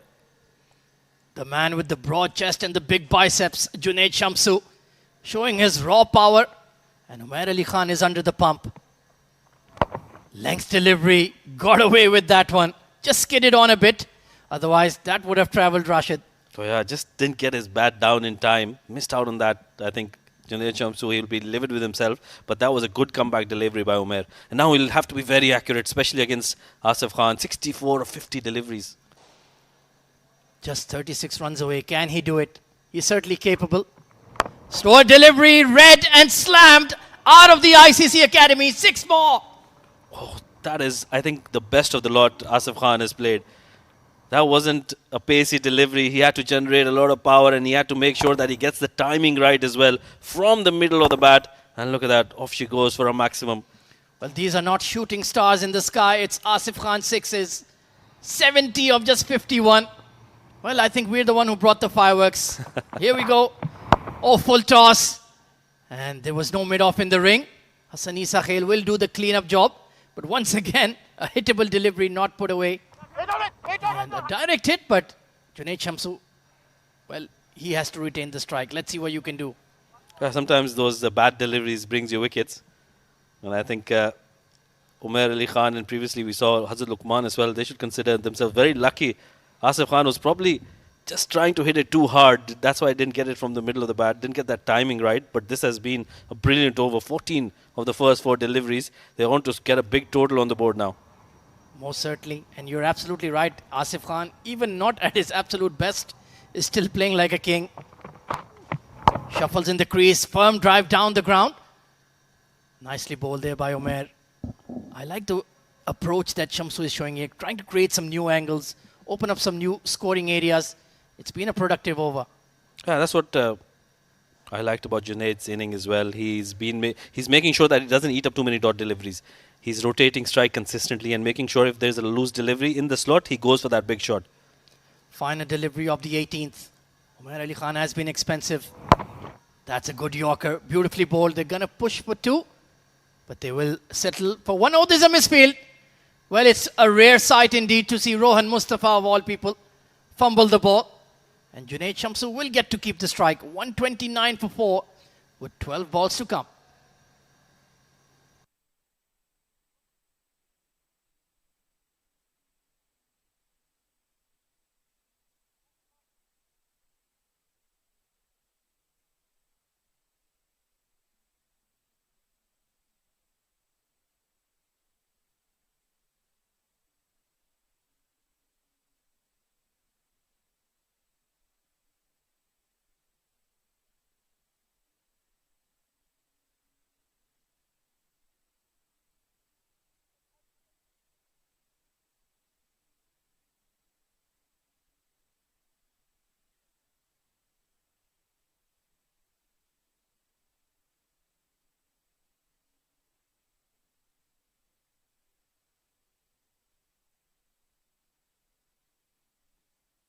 So Shehbaz Ali to bowl the penultimate over of the innings.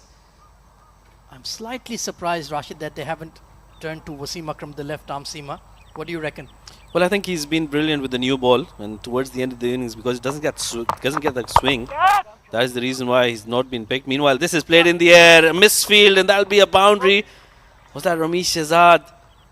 That was there, I think, to be taken, but not the best of efforts. Yeah, just dying in front of him, wasn't it? Wasn't a clean connection. I thought Shamsu was in trouble here. Toe end of the bat, and yeah, difficult take. And it's cost them 4 runs. He went for the catch, full credit to him. He wanted to produce a wicket for his all-rounder. But once again, Shehbaz Ali under the pump early in his over. Ramesh Shahzad normally is a very, very good fielder, but that one, just like you mentioned, was dying in front of him, and it shows a lot of courage that you want to go for that catch rather than just hold back and stop that boundary from coming in. But at the moment, they're looking at wickets, and that is the best way to stop the stem of flow of runs. 2 for 33 on the night, Shehbaz Ali. This time just once again hitting the splice of the bat. Shamsu perhaps trying to hit a bit too hard. So he's done the right thing, feeding the strike to the beast. That is Asif Khan. Yeah, he's back on strike now, 73 of 53. Well, this is going to be a big, big matchup between these two. Shehbaz, a very, very cunning bowler against the king of cricket here in the UAE in the domestic circuit. Well, Dawood Ijaz is having a bit of a chirp, but it's a bit too late now. 73, he's got to his name. You don't want to rile up this man. He's an absolute gentleman, but when he has the willow in his hand, he turns into a warrior. So here we go, Shehbaz Ali to bowl the third delivery. Oh, that was in the slot. That was in the slot. And you can see how hard he swung at it. Couldn't connect. Yeah, I think that is the reason why he didn't get it from the middle of the bat. Just lost his shape. And well, have they picked him? No, they haven't taken a single. Very interesting move. So Asif Ali wants to farm the strike. Shamsu is very capable in his own right. But like you mentioned, it's not an easy pitch to time the ball. Maybe he fancies himself against Shehbaz Ali. 134 for 4. Can they get up to 160 maybe? That will be a tough target. He's carved it towards that deep cover region. There is no fielder out there. He was more towards extra. So it'll be an easy 2 for Asif Khan. Yeah, it's very good running between the wickets. I don't know. There has to be a reason why he didn't pick that single. It's probably that he lost his bat or his glove or something. That is the reason why I think he didn't go for that single. Otherwise, Junaid Shamsu, like you mentioned, very capable. He's already shown his class, 14 of just 6 deliveries. They really have built a very power-packed batting lineup here, the Braves. You've got the experience in the top 4. Then you've got the hitters Shamsuddin, Ghaffar, Hafiz Almas, and Asif Khan, of course, one of the greats. Steady over from Shehbaz Ali so far, to be quite honest. He's done well. And that is excellently bowled. Wide and out of his hitting range. Yeah, he's eyed Asif Khan trying to make room for himself, and he's bowled it away from his arc. That is very good bowling. And I think you're absolutely right. Braves have got a very, very good unit. You missed out on Nasir Faraz in the middle, who brings in a lot of stability as well. Classy, very classy player, Nasir Faraz, especially against spin. I'm a big fan of him. But now it's over to the heavy hitters, so to speak. Shehbaz Ali has done a decent job in this over. Kept Asif Khan quiet. I think that 100 will not be achieved today unless he goes absolutely berserk in the next 8 deliveries. Oh, brilliant wide Yorker. Nicely bowled. Shy at the stumps. And well, Umar Ali Khan, that was not required. And you brought Asif Khan back on strike. He baited you into going for that throw. I was not even trying to extend his arm to drag his bat in. That is very good running between the wicket. They pick up 2 runs to end the over.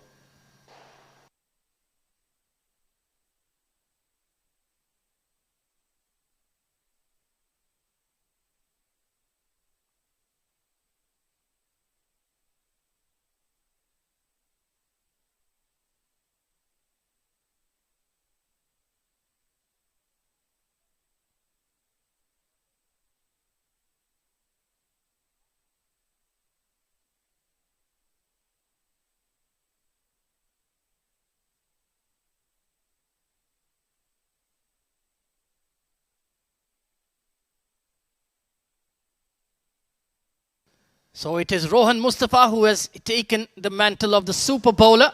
He goes for his 5th. And well, he has to be very, very precise here. But the captain has taken the responsibility. Well, if you've given away just 20 runs in your 4, I would expect you to bowl that 5th over. Oh, first delivery in the slot. That's gone miles up in the air. Has he got the distance? Oh, yes, quite easily. What a good shot from Junaid Shamsu, the very first delivery of the last over. Well, if you're a super bowler, I'm a super hitter. Junaid Shamsu stepping into that one. And right in the slot. His raw power forced it down the ground for 6. And now Rohan Mustafa is under pressure. Next delivery, full toss. Hammered straight. Gone like a rocket. All the way for 6 again. Oh, back-to-back 6s coming in for Junaid Shamsu. And now we question that single from not being taken by Asif Khan once again. The 150 has been raised. Tournament 6, number 18. Stand and deliver. That's what Junaid Shamsuddin does. 26 of 8. He'll be looking for plenty more. Sliced over point this time. It's going to be another boundary. Well, what an over this is turning out for the Braves. 16 runs coming off the first 3 deliveries, and Rohan Khan, well, he was supposed to be the super bowler, but it's going to be the super batter, Junaid Shamsuddin, who's going to win this battle. Yeah, it was on a length and wide of off. It was basically a free hit with third in the circle, point in the circle. Bouncer, top edge on it towards square leg. Nobody there. A hint of frustration in that delivery from Rohan. And well, further bad news. Asif Khan back on strike. Well, one goes out of the equation. It's the other piece that comes on strike. These two have been like butchers. 17 runs off this super bowler over here. Top edge over the keeper. That may run away for 4 as well. Yes, it does. A very lucky shot there. It was a good delivery once again. He's bowling those bouncers there. He's a spinner, remember? But he's got that surprise delivery. Both the occasions, the batters were unable to read him. But very lucky shot that for Asif. 81 of just 58 deliveries. What a magnificent innings it's been from Asif Khan. No helmet either on that bouncer. In the slot and hammered over the side screen. What a way to conclude the innings with a 6. Oh, that was a brilliant hit. What a wonderful shot. Momentum all the way towards the Braves. 87 of 59. And look at that over from Rohan Mustafa. He's given away 20 runs in his 4. 27 runs to be precise. And that was the biggest of the lot from Asif Khan. 87 not out of just 59 deliveries. A champion's innings. He announces himself at the ILT20 Development Tournament with a bang. Yeah, what a knock this has been. And look at where they've finished now, 165. And that is where all that experience worked in favor of the Braves. Well, there you can see the batting scorecard. Hamdan hit a 4 and then got out. They had a very patchy start, only 35 runs in the power play. But then Asif Khan built a partnership first with CP Rizwan, Mohammad Usman contributing as well. But then Junaid Shamsuddin, the big hitter coming in with a major impact. Strike rate of 300. Yeah, what a great knock that was. And this wicket now looks like a batter-friendly wicket after you see those numbers. But let me tell you, it was a very, very difficult wicket to bat on. And I think it was all the experience of Asif Khan that made sure they got to 164 runs, 65 rather.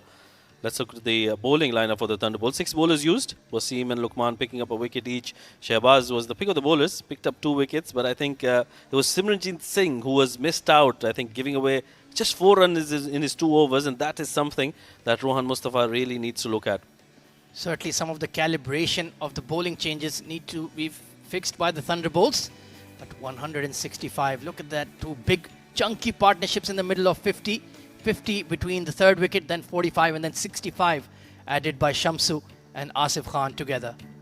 Well, let's take a look at the highlights. There were plenty of 6s in this innings, but it was a slow start to the game here, Rashid. Oh yeah, I think that first wicket of Hamdan, Wasim Akram was looking very, very good. The new ball was doing its trick here. 2 wickets in the first 2 overs, and that pulled things back for the Thunderbolts. But after that, it was all Asif Khan.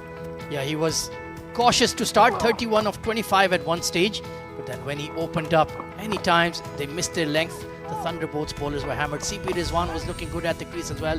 Some stylish drives, but that was a Jaffa from Shehbaz Ali. At that stage, they were 55 for 3.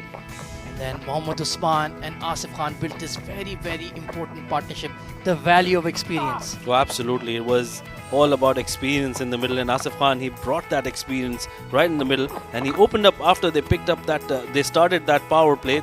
And that is where I think things changed completely for the Braves. Then it was Asif Khan and Junaid Shamsuddin. Powerful striking. Anytime the Thunderbolts missed their length, anything that was hittable was dispatched out of the ground. This was a half chance put down at long off by Ramiz Shahzad. Then the super bowler over, the final over, Rohan Mustafa carted for 27 runs, including 3 humongous 6s. So 166 is the target for the men in yellow. There it is for the Thunderbolts. Let's see if they can get alongside it on a very patchy, difficult surface to bat on. But they certainly have the quality. We'll take a break and be right back. Stay tuned. Don't go anywhere.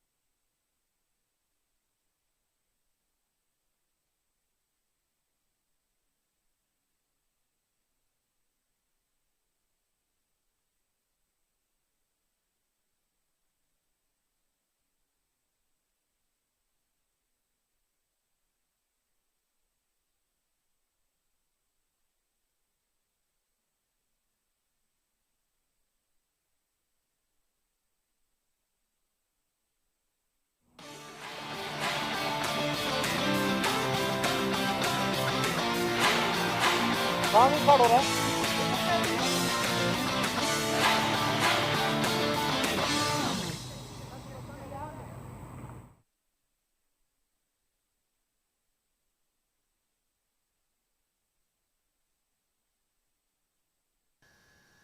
this is the match number 3. We are geared up for the second innings of this game between Braves and Thunderbolts here at the ILT20 Development Tournament.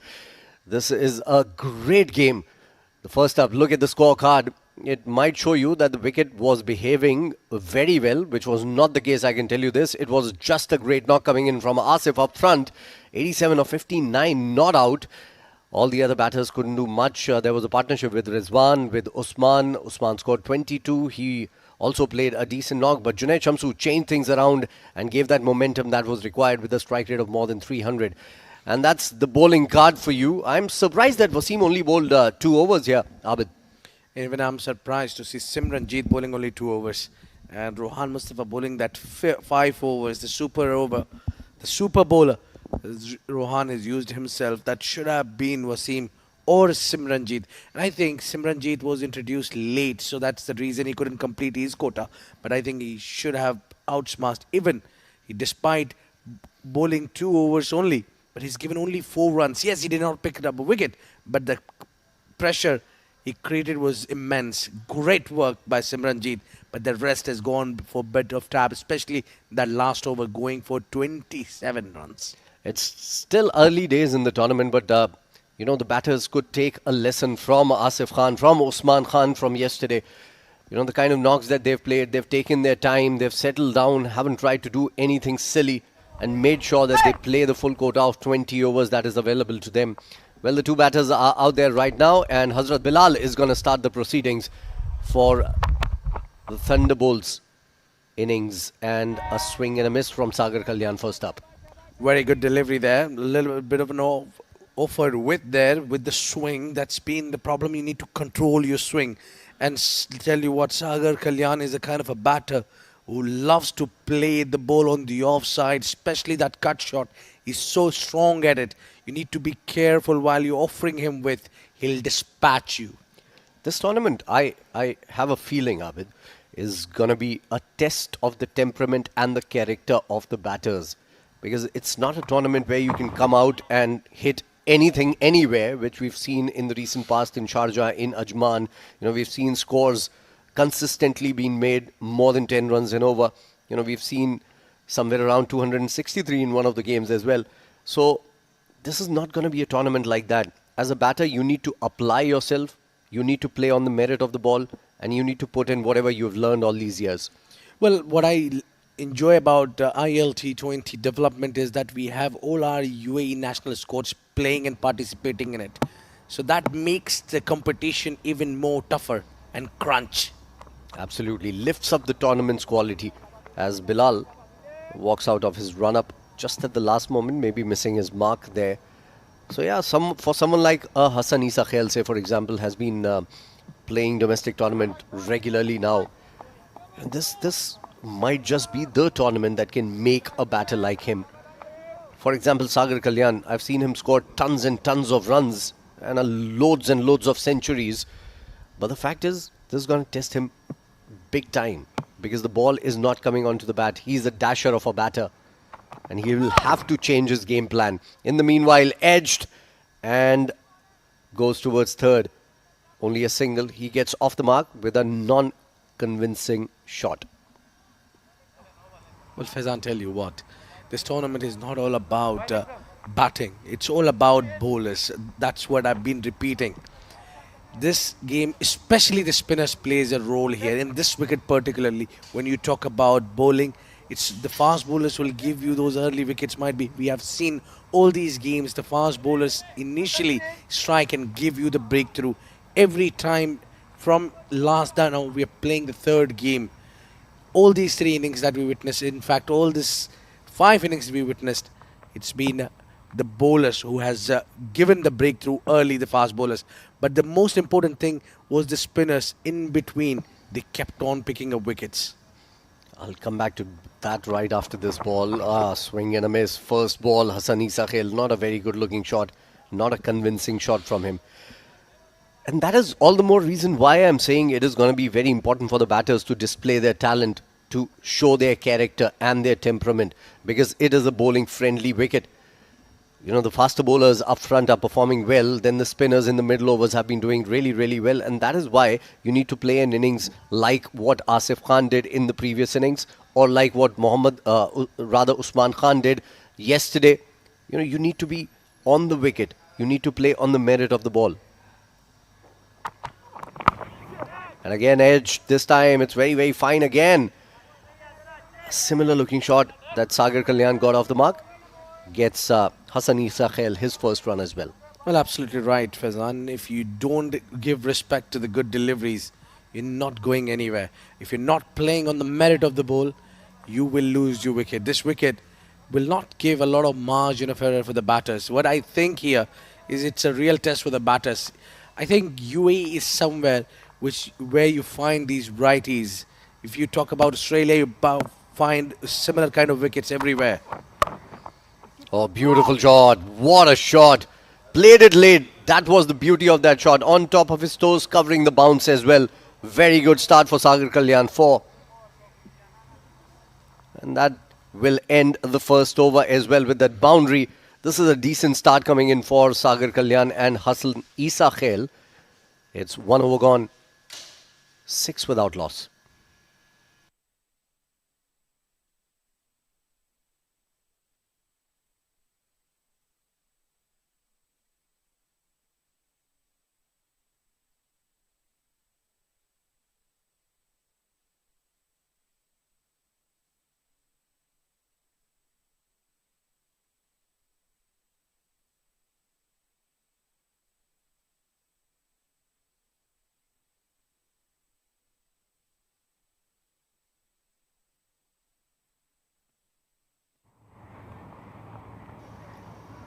Well, the over continues somehow. We'll have to take a look at why. As a drive comes in on the last ball, and I hope it is the last ball of the over now, Abid. I think, yes, finally the over comes to an end. Well, it's a decent one for the batters. They got 7 runs without losing any wicket. Great start.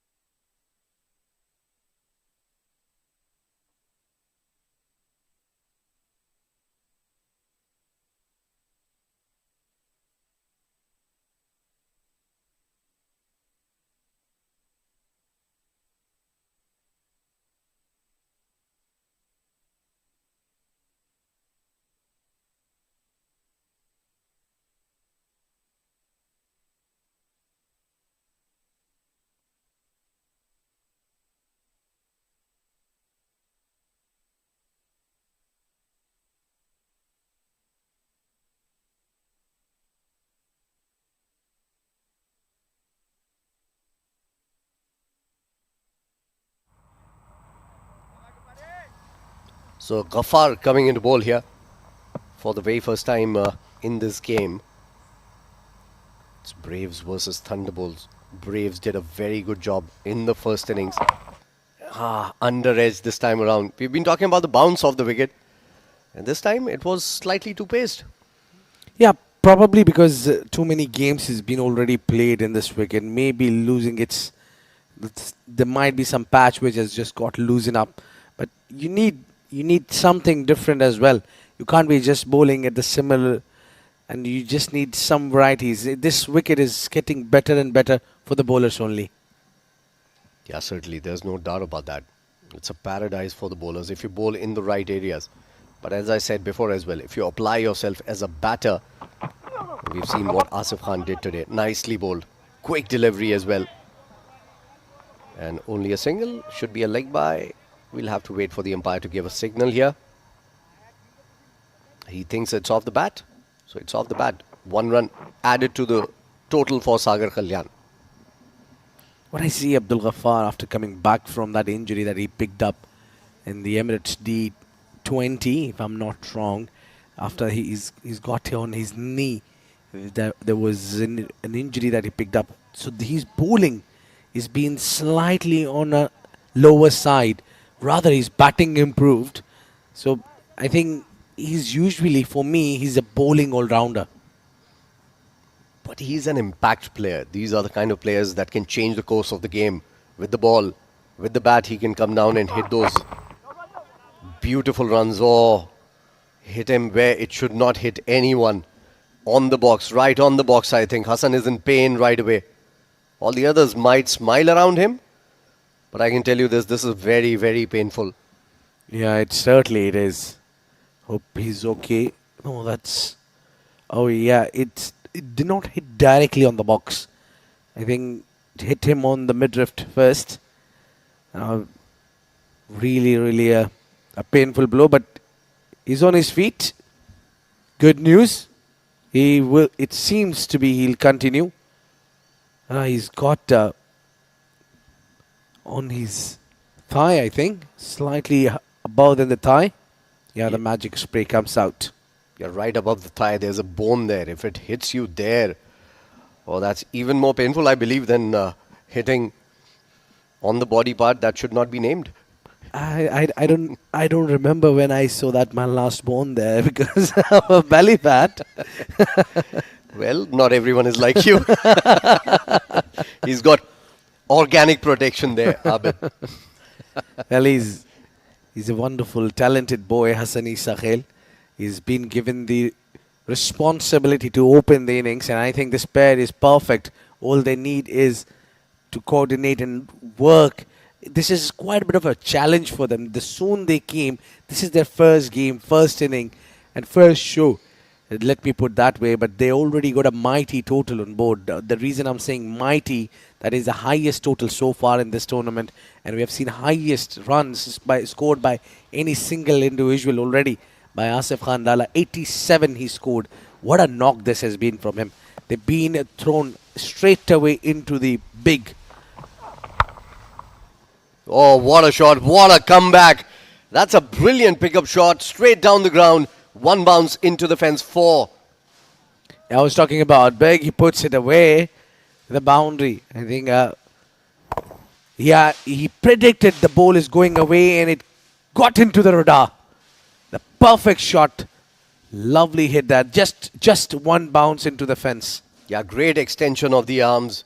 The balance was perfect as well. A very good looking shot. Positive shot coming in from Hassani Sahel. This is a good start. A decent start for the Thunderbolts here. And nicely bowled. Slower ball right away. That's experience from Ghaffar. Yeah, what I like about that delivery, it was close to the stumps. That's where Ghaffar need to be. Do not let those arms to get extended and hit you straight down the ground. That's where Hassani Sahel will be aiming at. Well, you never know. This ILT20 development might get him into the main team. And you never know. Might be rubbing shoulders with the great Mohammad Nabi, his father.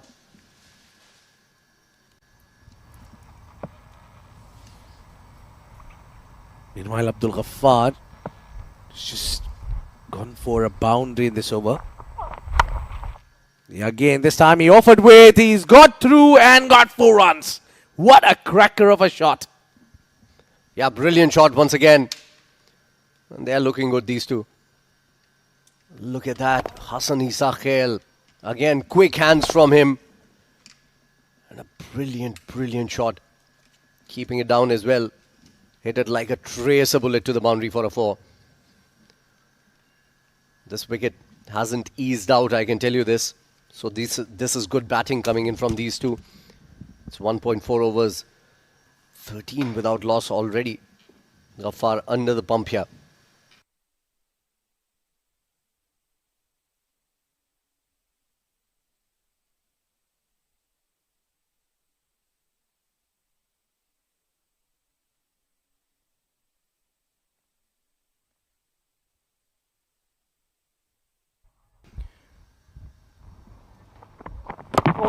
Very, very watchful there. Just playing with the soft hands. Drop and run. They take single.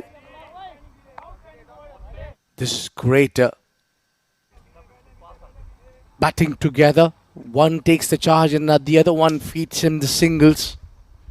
Gives him the strike. Hassani Sakhel, who is on charge here at the moment.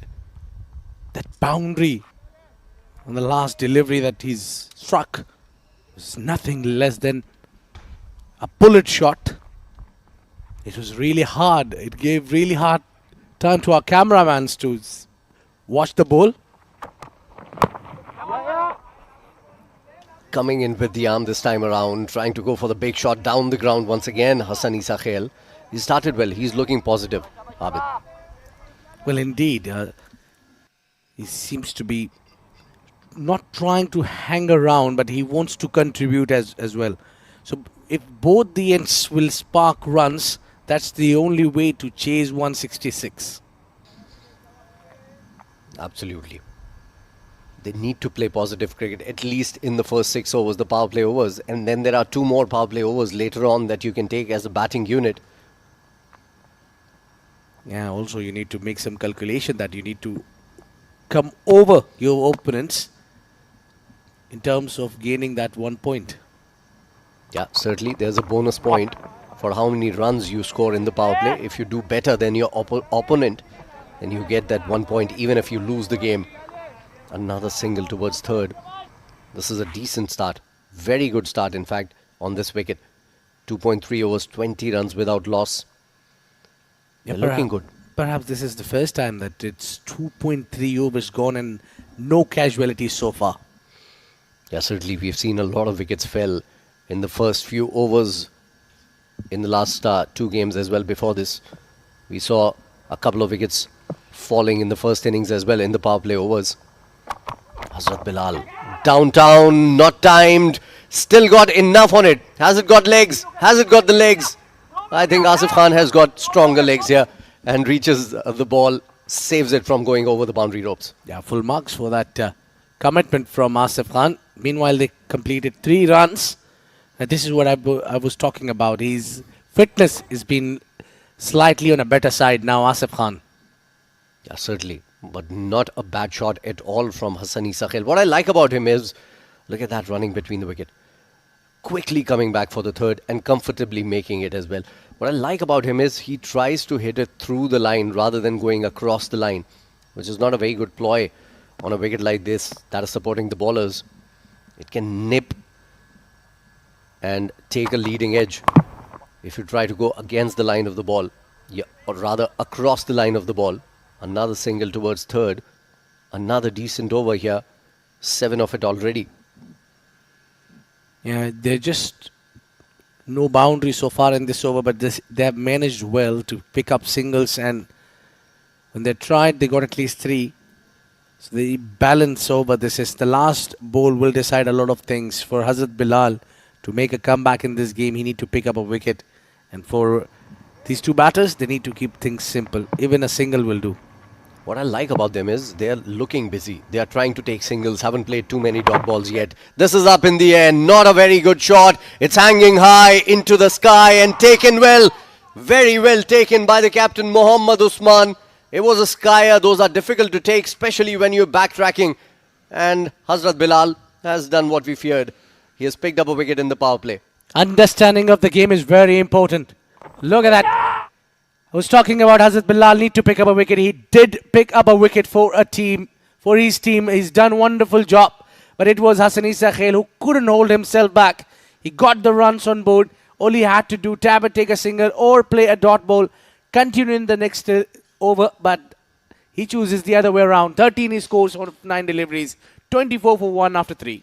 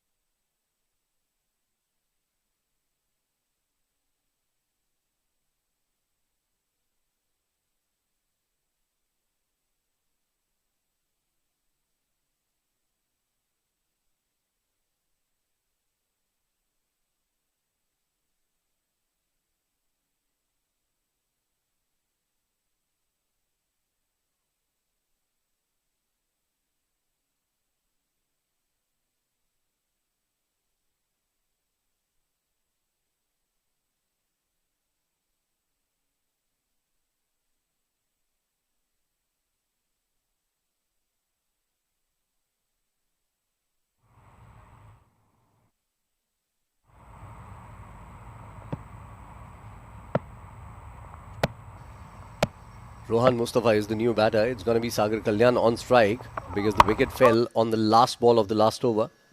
And this one sticking into the surface just a little bit. Didn't come to him too quickly. Got into position early and had to delay his shot there. A dot ball. This will be an interesting contest, Faizan. Let me tell you, Sagar Kalyan up against Abdul Ghaffar. Abdul Ghaffar, while will try to tease him, offering him with outside off to make him commit a mistake. That's where his favourite shot is. And what I believe is you can get the batter out on his favourite shot. We've seen that happen so many times, even in international cricket. Players who are very good on a particular shot lose their wicket on that shot as well. Sometimes you get overconfident as well when you're playing that shot because you know that you're very good at it. So sometimes you just don't get under the ball, maybe pulling the ball. We've seen Rohit Sharma get out on the pull shot, which is possibly his best shot. He's scored tons and tons of runs on that shot, but he's gotten out as well in the recent times, a lot of times on that shot. Well, what I remember is Pakistan had a wicket-keeper, Kamran Akmal, who used to be very strong at the cut shot. Similar like Sagar Kalyan here. But most of the times we have seen him getting dismissed on that cut shot. Yeah, that's true. And I remember the opposition's working on that as well. There was a point fielder at that time, very short catching position, parallel to the crease. I think that was his downfall. Then he became so predictable. Just offer him a width, he'll play a cut shot and you can get him out. Absolutely. In comes Ghaffar again. Oh, wrapped him on the box this time around. Rohan doesn't like to show any weaknesses, but I think that would sting. I think he can rub it a little bit. It was on a belly, I think. It was where it shouldn't be. Well, It was where it's very painful. Yeah, it's really, he's a strong lad. He's got his own swag. That is correct though. Even if he's in pain, he won't show a bit of it. In comes Ghaffar again. Down the wicket. Brilliant piece of work. Brilliant piece of work. Who was that? I think it was Junaid Shamsuddin. Yeah. Brilliant effort. Certainly it was Junaid Shamsuddin who's done a wonderful job in the field. And look at that. Oh, he denied the single, did not allow someone like Rohan Mustafa to take a single. Now that's what I call a challenge. Challenging with the running between the wicket of Rohan Mustafa is lightning quick. Required run rate. Look at that. It's creeping up. 8.63. Somebody will have to stay at the wicket and make sure that they bat the full quota of 20 overs. Play towards a backward point. Only a single this time around as Nasir Faraz, who didn't get to bat today, comes in and fields the ball. Yeah, there was a hardly requirement of him because as we were talking about, Asif Khan Lala came from the ball number 1 and stayed till the last ball and in fact remained unbeaten for 87. Great knock he played. He did not require the services of likes of Nasir Faraz. This is turning out to be another good over here. That's what happens when the wicket fell. When the wicket falls, rather. Pressure on the batting unit. Trying to pull that one away. Didn't time it to perfection. It's not going to be easy to play those kind of shots on this wicket.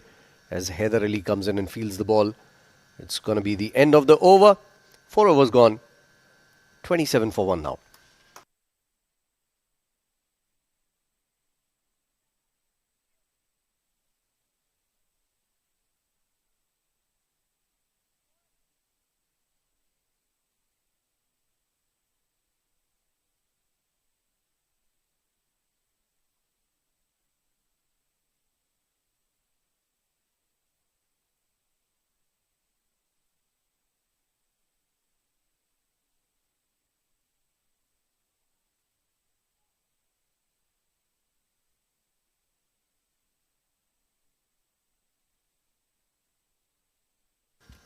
Hazrat Bilal coming into bowl. His third over.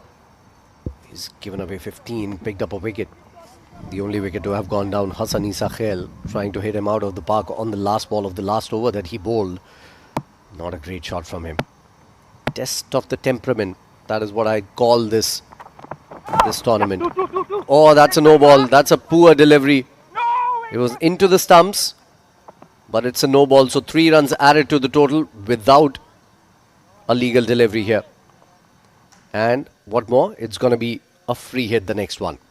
Yeah, just add a little bit of a salt onto the injury.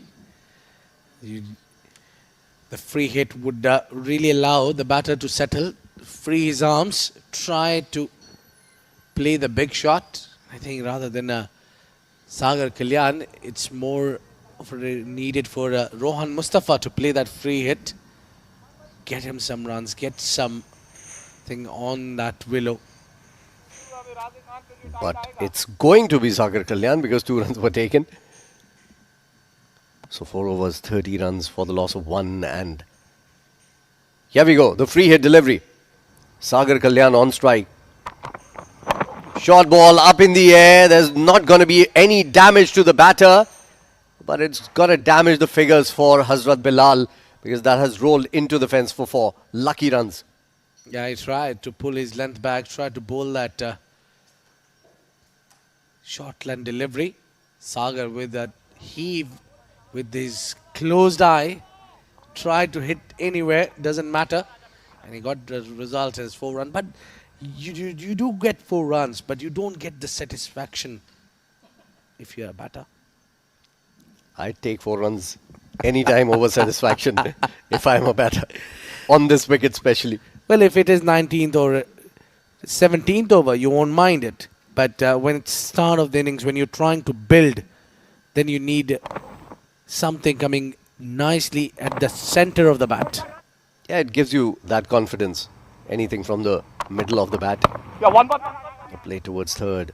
And I think Sagar Kalyan has decided that he's going to change his game plan. He's not looking for extravagant shots here. He's trying to play within himself, trying to rotate the strike, take singles whenever he can. Already.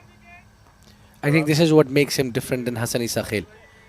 Issa Khail was going for that big shot every time when he got a chance. And Sagar Kalyan got a 4 runs, got off a free hit. And the next delivery, what he did, he nudged it down only for a single. Absolutely. Already 8 runs of the over in the first 2 legal deliveries. So this is a good start to the over. And I think Rohan should look at that as an option as well. Not trying to hit it too hard. Don't try to block too many deliveries. Trying to rotate the strike. And that puts pressure on the bowling unit as well when you're rotating the strike, and a loose delivery here and there can get you 4 runs. It keeps the scoreboard ticking. That's what it does. Well, Rohan Mustafa is a fighter, isn't he? He's all the time up for the challenge. Yes, he's come at number 3, but definitely he will produce the result. He's faced some of the greats of the games. He's been so experienced. He's performed this. This is on his backyard. And in the ILT as well, oh, quick running between the wickets. Good running from Sagar Kalyan. It was his call. He called for it and got there comfortably as well in the end. I think he's talking to the umpire that a part of the wicket has come out while he was trying to drag the wicket. And when I say drag the bat rather into the crease, and when I say part of the wicket next to the wicket that the game is being played on. Yeah, just look at that now. This will... Yeah, look at that. That wicket is fully covered by the grass. Sagar just opened a little bit. Yeah, lovely groundsmen that they work really hard here at the ICC Cricket Academy. Oval 1, Oval 2, they maintain these grounds beautifully. Absolutely. World-class facilities here at the ICC Academy. And this is played towards the third once again. So another single. I like the way Sagar Kalyan is going about things right now. If he finds a loosener, he tries to look for that big shot. But he's playing the ball on its merit. And he's taken quite a few singles. And that is why you see the score 20 of 17. This is exactly how Asif Khan was going about things in the first innings. And also I think the message comes very direct and very easy from the captain who's standing next to you. So he's probably giving you the plan what you need to do. A last ball of the over. And possibly the last ball of the spell as well for Bilal. Flicked away. Not to perfection again, but it'll still be a single. That concludes the first 5 overs, and that means there's going to be a change in the comp box. After 5, it's 38 for 1 now for the Thunderbolts. And for some Thunderbolt comments, up next, it's going to be Rashid Mohammed and Ahmed Khwaja.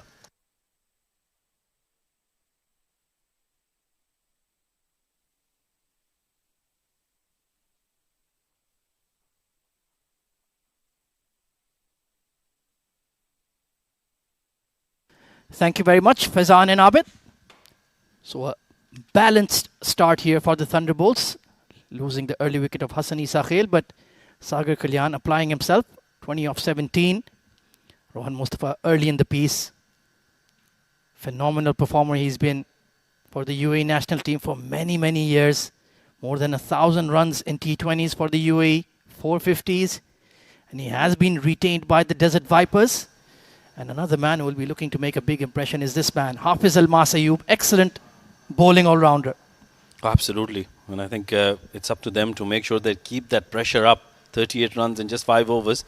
And for Thunderbolts, I think it's going to be, the onus will be on Rohan Mustafa to bring that performance which was identical to how Asif Khan played in the first innings. Nicely played towards the point region. The feet are moving nicely here for Rohan Mustafa. Just getting back into the swing of things after the World Cup qualifiers. And what a performer he's been over the years. A decade plus international career. One of the best that's ever represented the UAE. Oh, absolutely. He's been with the team for such a long time. He's got all the experience in the world, and this is where he needs to bring it in and play a similar innings, like I mentioned earlier as well. Like Asif Khan, we've seen in every team there's an impact player. There's that experienced player. There's Usman Khan in one of the teams. There's Mohammad Wasim, Rohan Mustafa, Asif Khan. So these are the players that need to bring that experience and take the team along with them. Oh, absolutely. A lot depends on their performance. Nicely bowled. Hint of away movement. Quick single taken towards point. Sagar Kalyan, he's a big unit, gets through those 22 yards very quickly. Very stylish, elegant player when he's in full flow. Absolutely. He's one of those players who plays through the offside so nicely, so pleasing to the eye. And look at that. With Rohan Mustafa out there, he'll have to be just a little bit careful because he's a little more quicker than Sagar Kalyan. So you can't expect him to match him. Yeah, I have to be very precise in your calling. It's been a pretty solid reply in the run chase from the Thunderbolts. They're looking on course, but plenty to unfold in the next 14 overs or so. Not a big target. Steps out and hammers it through the covers. Rohan Mustafa on the move. And touch and go. Fielders after it. They will rein it in. And they're pushing for 3 on the throw. Well, that's what Rohan Mustafa will always do. Run hard between the 22 yards. That's excellent running between the wickets. This is one extra run for them. And this is how you need to plan your chase. You need to make sure that you go for every run. That will be important. Towards the end of the innings, even if you have a 20-odd runs in the last over and you've picked up these singles here and there, I think that will bring down that equation, and that is where it helps you towards the end of the innings. Good intent from Sagar as well. He always wanted to take 3. 21 of 18. He's gotten himself set. Now he needs to make it count. And he's especially devastating against the finger spinners, isn't he, Rashid? Oh, absolutely. Left-arm spinners is what he likes because the ball turning away from him and he favors that extra cover region. Plays it so well. And for that, I think he needs to make sure that he stays in there till the spinners come in. Oh, absolutely. And he will really take them to task. Nicely bowled by Hafiz Almas. He's bowling a very good channel here. Just getting that hint of movement in the air as well. Very skillful bowler. Absolutely. And this is where I think Rohan Mustafa played him really well. Came down the wicket, put pressure on the bowler. And these are bowlers who are trying to prove a point. When you put pressure on them, they'll try to do something out of the box and try to do something out of the ordinary, which is where they can really err in their line and length, and you can take full advantage of that, especially because this is the last 2 deliveries of the power play. And remember that 1 point, that will be very vital. Pulled away off the front foot. That's gone like a rocket to the mid-wicket fence. Sagar Kalyan at his elegant best. Short delivery from Hafiz Almas. He doesn't have all that pace to bowl that kind of a delivery. And Sagar Kalyan, well, his eyes lit up as soon as he saw that length. And look at that. Plays it through the line and make sure that he played it along the carpet. Good looking shot for a boundary. Yeah, no need to run for that one when you can hit the ball so cleanly. 25 of 20. He's playing a good knock here.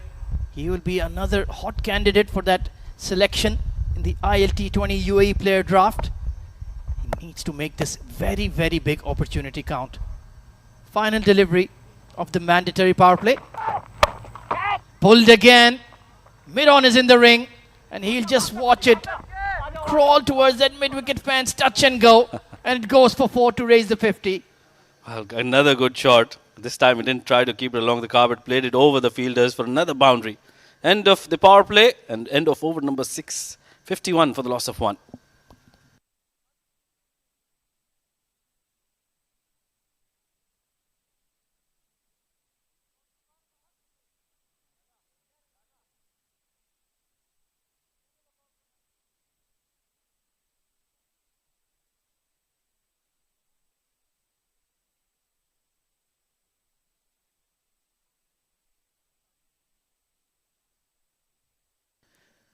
Well, it's a strong start to the run chase here.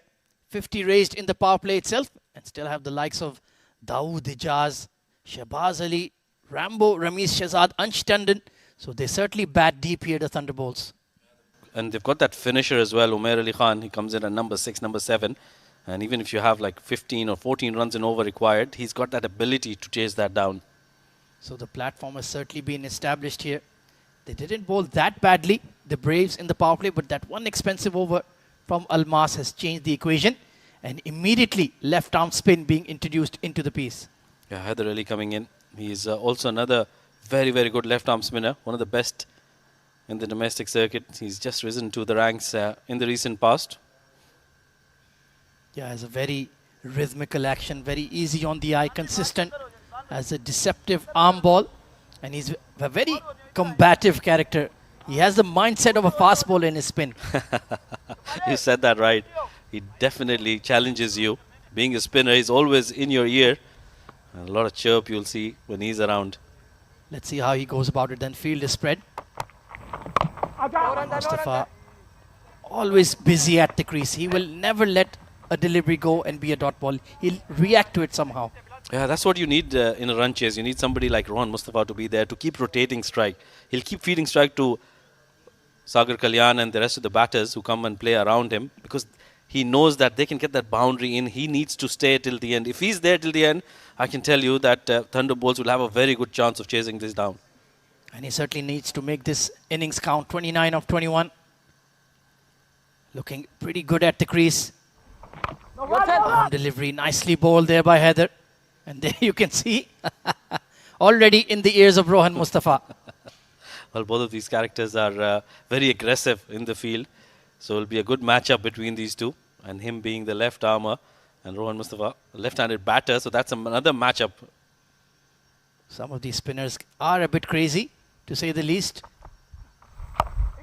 Slightly short and can only pick up a single. Perhaps should have done more with that delivery. But we're seeing a lot of wear and tear on this pitch now. Quite obvious there, Rashid. Oh yeah, and I think since this second innings has started, in the last few overs, I can just feel that the ball is coming onto the bat slightly better than it was in the first innings. So that probably that dew or the humidity is helping the batters to get that ball on the bat. It will be interesting to see the later game this evening, how the pitch and the ground conditions would react to that. Meanwhile, they're just content to push the ones and twos, and that's the right approach. Just keep building the innings along. You've already gotten ahead of the required run rate. Oh, absolutely. That is what is required, and that is where all that experience and the temperament comes in. And both of these batters, I can tell you, they're very good with that. They're very experienced, and they've been in these kind of situations in a number of times. Steady over so far from Haider Ali. Oh, that struck in front. Big appeal, and it's been given. And Haider Ali is jumping in the air for joy. That's a big blow to the Thunderbolts. Oh, yeah, that was a very, very good delivery. The umpire, Razik Khan, taking his time. At the last minute, I think, just raised his finger. And I think it was a very good decision coming in. The ball was aligned with the stumps, getting hit on his back foot, I think. And that would have crashed onto the leg stump. Yeah, he took his time to give the decision. And that's a major blow to the Thunderbolts. Sagar was playing so well. 30 off 24, 54 for 2.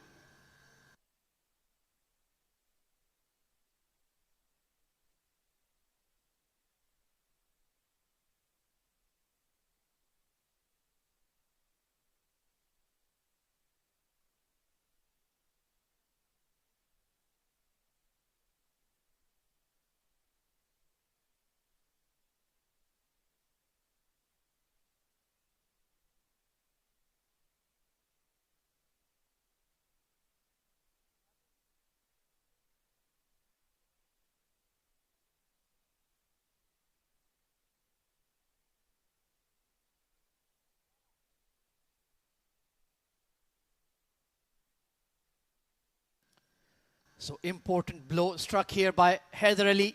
Just took 5 deliveries to pick up his first wicket of the night. Ramiz Shehzad, experienced and stylish UAE batter coming to the fore.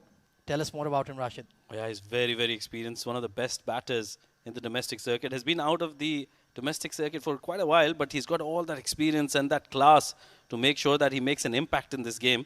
And talking about impact, what an impact Haider Ali has made in his very first over, picking up a big fish. Sagar Kalyan. This time cut away, misfielded, short point Asif Khan. Well, he'll have to scurry after it. That one just zipped in off the surface. Very nicely played by Ramiz to get off the mark. And he'll get a couple to get him going. Good over from Haider Ali, only 5 off it, 56 for 2.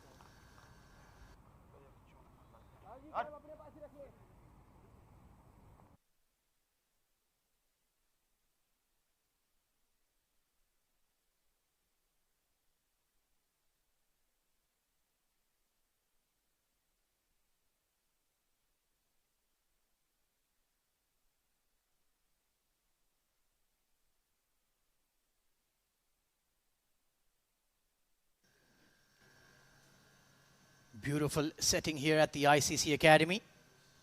The hustle and bustle of the evening coming to an end. Settling in for some cricket here. Target of 166. Hafiz Almas. Well, I'm surprised he's being persisted with here. Expensive first over, but now he has that protection on the leg side after the power play. Oh yeah, he was bowling those shorter good length deliveries, and I think now it will be in favour of the bowler because with the field set, as you mentioned. Pulled away by Rohan, backward of square, and has that gone for 6? Very touch and go, but a fabulous shot by Mustafa. Wow, that was a wonderful shot. Not a good delivery to start with, but still had to be put away. The placement was the key there, and Rohan Mustafa just placing it behind square quite nicely. I think just bounced in front of the rope there, so it'll be a boundary in my opinion, but we'll leave it to the experts. Asif Iqbal, the umpire on your screen. He'll probably check with the with the third umpire. Yeah, you can't be bowling back of a length on the legs of Rohan Mustafa. He's looking for that shot and just swiveled on it and hit it aerial. He wanted it to go for 6 and it almost did to the short boundary there. So just getting confirmation. Not a good start to the over for Hafiz Almas. And well, let's zoom in here. How close is it? Oh, just inside, just inside. Nicely called by Mohammad Rashid. Well, I thought just inside that boundary rope. As you mentioned, wanted to hit it for a 6, and rightly so. It was a bad delivery, had to be put away. So Hafiz Almas should consider himself very lucky. Hasn't gone all the way for a maximum. But now I think the ball is just skidding on. It's not just stopping like it did in the first innings. It certainly is. Coming on to the bat quite nicely. And this is perhaps the best part of the evening to bat here. Just before the dew arriving here at 7 p.m. Dew arrives around 8:39 p.m. This time a better delivery outside off. Of course, it is that left-hand, right-hand combination now. So Hafiz will have to adjust. Yeah, certainly. And Ramiz Shehzad needs to adjust as well. He's just seen a wicket fall down. Sagar Kalyan was looking very, very good. And now these two, the most experienced players for the Thunderbolts, they need to make sure that they stitch a partnership. Let's have a look at that shot once again. It was down the leg side and easy pickings for Rohan Mustafa. Beautiful swivel there. In complete control, as he usually is.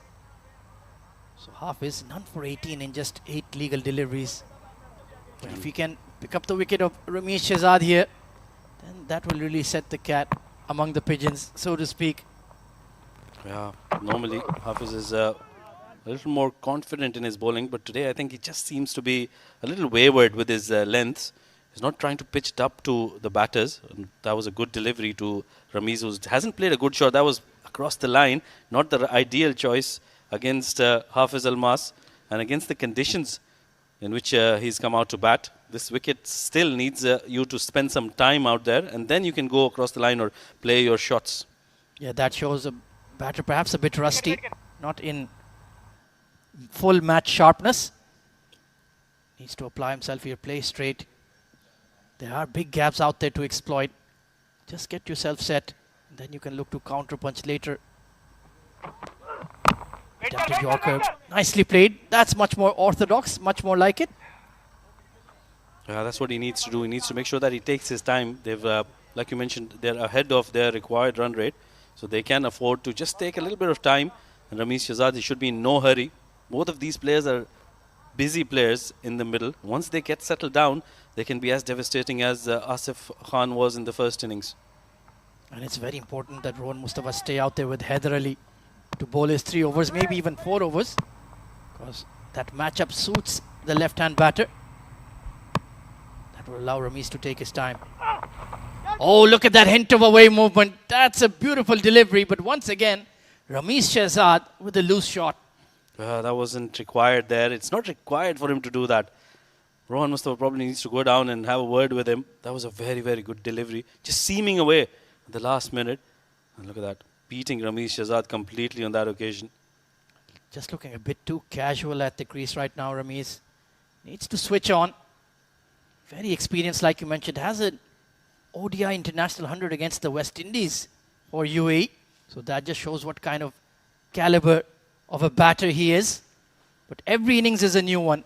Every inning starts with 0. So he needs to apply himself here. Oh, absolutely. Get himself in. Meanwhile, that's a Weber delivery down the leg side. Hafiz Almas appreciating the effort behind the stumps, and rightly so. Hamdan had a lot of ground to cover, and he's done really well there. Yeah, he had a quiet day with the bat, but super active with the gloves. Perhaps a bit of a Bollywood dive there. Wasn't quite required, but why not? Keeps us entertained. It's not always easy down the leg side. You have that blind spot right behind the batter. And this is where sometimes the keepers just don't realize if a dive is required or not. Just to be safe, he did put in that dive. Final delivery of the 8th. And extra bounce once again. Good over here from Hafiz Almas. A good comeback. 62 for 2.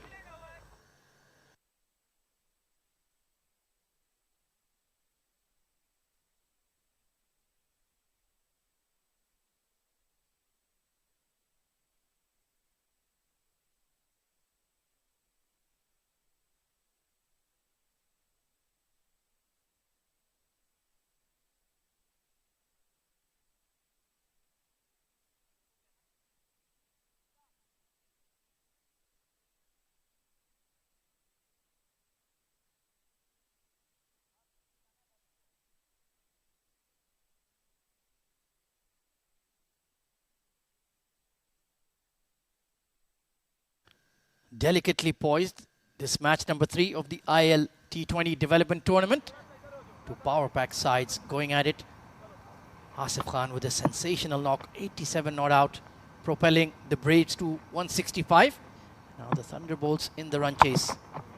Beautiful bowling here from Haider Ali. He's getting that grip and some extra bounce. Oh, yeah, and he's bowling the right channel to Warren Muswa. Not too full, not too short, just that uncertainty there.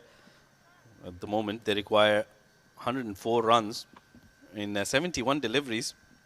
Not a difficult task, but I think they need wickets in hand. Hint of extra bounce again.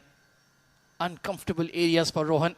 He loves that slog sweep towards square leg mid-wicket, but the length that Haider Ali is bowling is absolutely immaculate. Oh, yeah, and he's bowling to the longer part of the ground, so Rohan Mustafa will have to be very careful. He can't afford to bring in that sweep out. He'll just have to play this out, take that single, get off strike, and keep rotating strike. Really good bowling this from Haider Ali. Keeping it tight. Excellent areas. Very rhythmical bowler. Lovely to watch when he's in full flow. Oh, certainly. Very pleasing to the eye, like you mentioned earlier as well. And this is what we like about him. He's very consistent with his line length. He knows where to bowl. And he has that control to make sure that he bowls according to his field setup. 63 for 2. They've hit a bit of a break on the scoring here.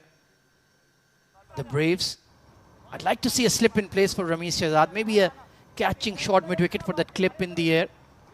Just to put a hint of pressure on him, because he is looking a bit listless at the crease, I would say. 2 of 5. But he hasn't played the right strokes. Yeah, you're absolutely right. He hasn't picked the right choice. He's gone across the line on a couple of occasions, and he's just played away from the line of the ball. Slip in place like you wanted, and straight away, Rizwan CP was in business, and they pick up a quick single.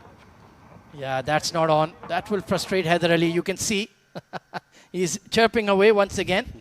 CP Rizwan has wonderful hands, but you needed to do a lot better there.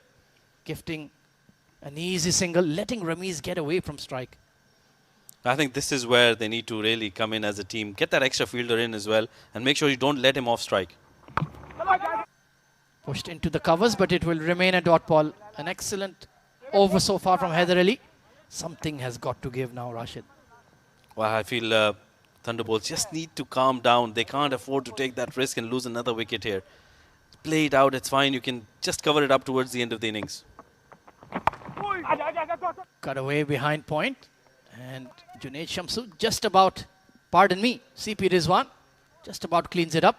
So another tidy over, only 3 off it in the end. 65 for 2.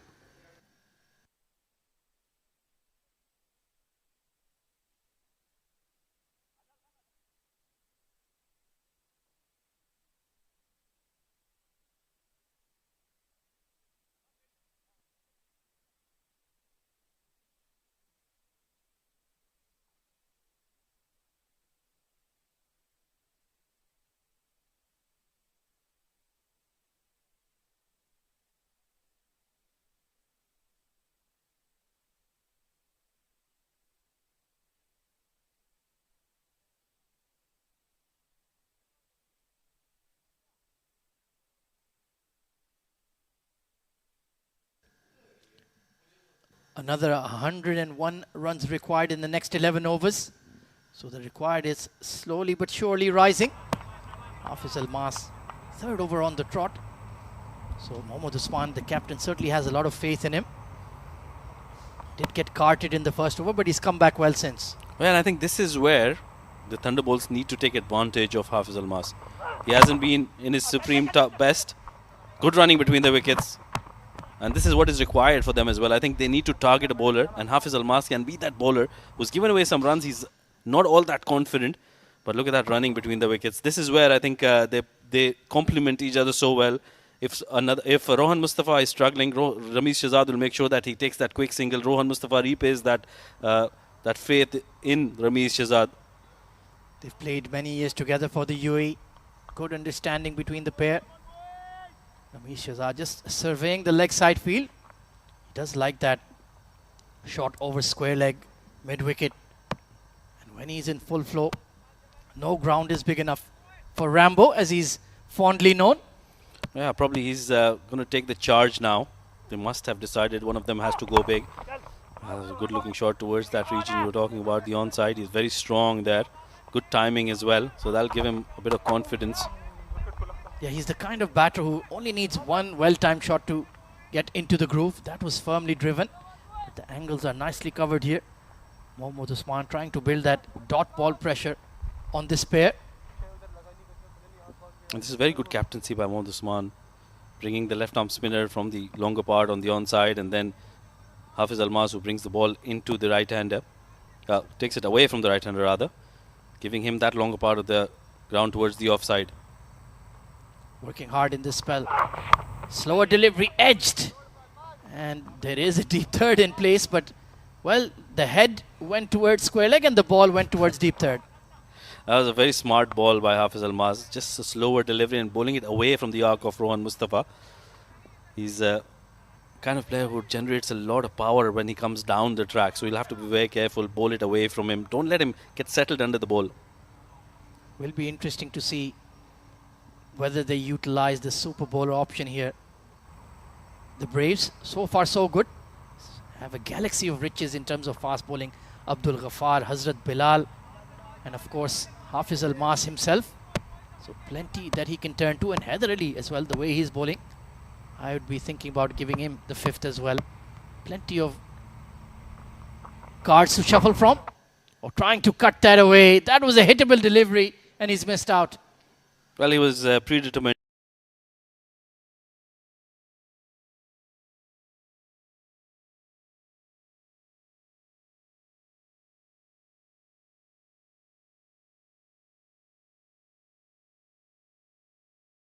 Rohan and Ramiz Shahzad, well, they're trying to play a different sort of game here. Most certainly. It's been a very tidy 5-over spell so far from the Braves. I think they've only conceded one boundary, if I'm not wrong. That was that pull from Rohan Mustafa towards deep square.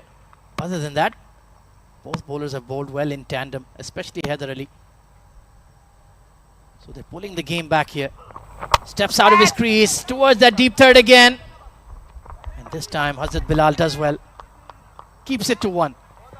Yeah, that was a good shot. He tried to play that on the previous delivery as well, missed out, but on this occasion, just played it. He wanted to play it a little more squarer than that to get a boundary in. Like you said, the boundaries have evaded them for quite a while. And this is where I think Asif Khan did so well. He made sure that he got that odd boundary after 5 or 6 deliveries. Oh, absolutely, and Mohammad Usman too, with that paddle sweep, was super effective. Even though overall his figures didn't look impressive, but he did pick up that odd boundary they always needed. So it's been a good fight back here in the next 5 from the Braves. Working hard.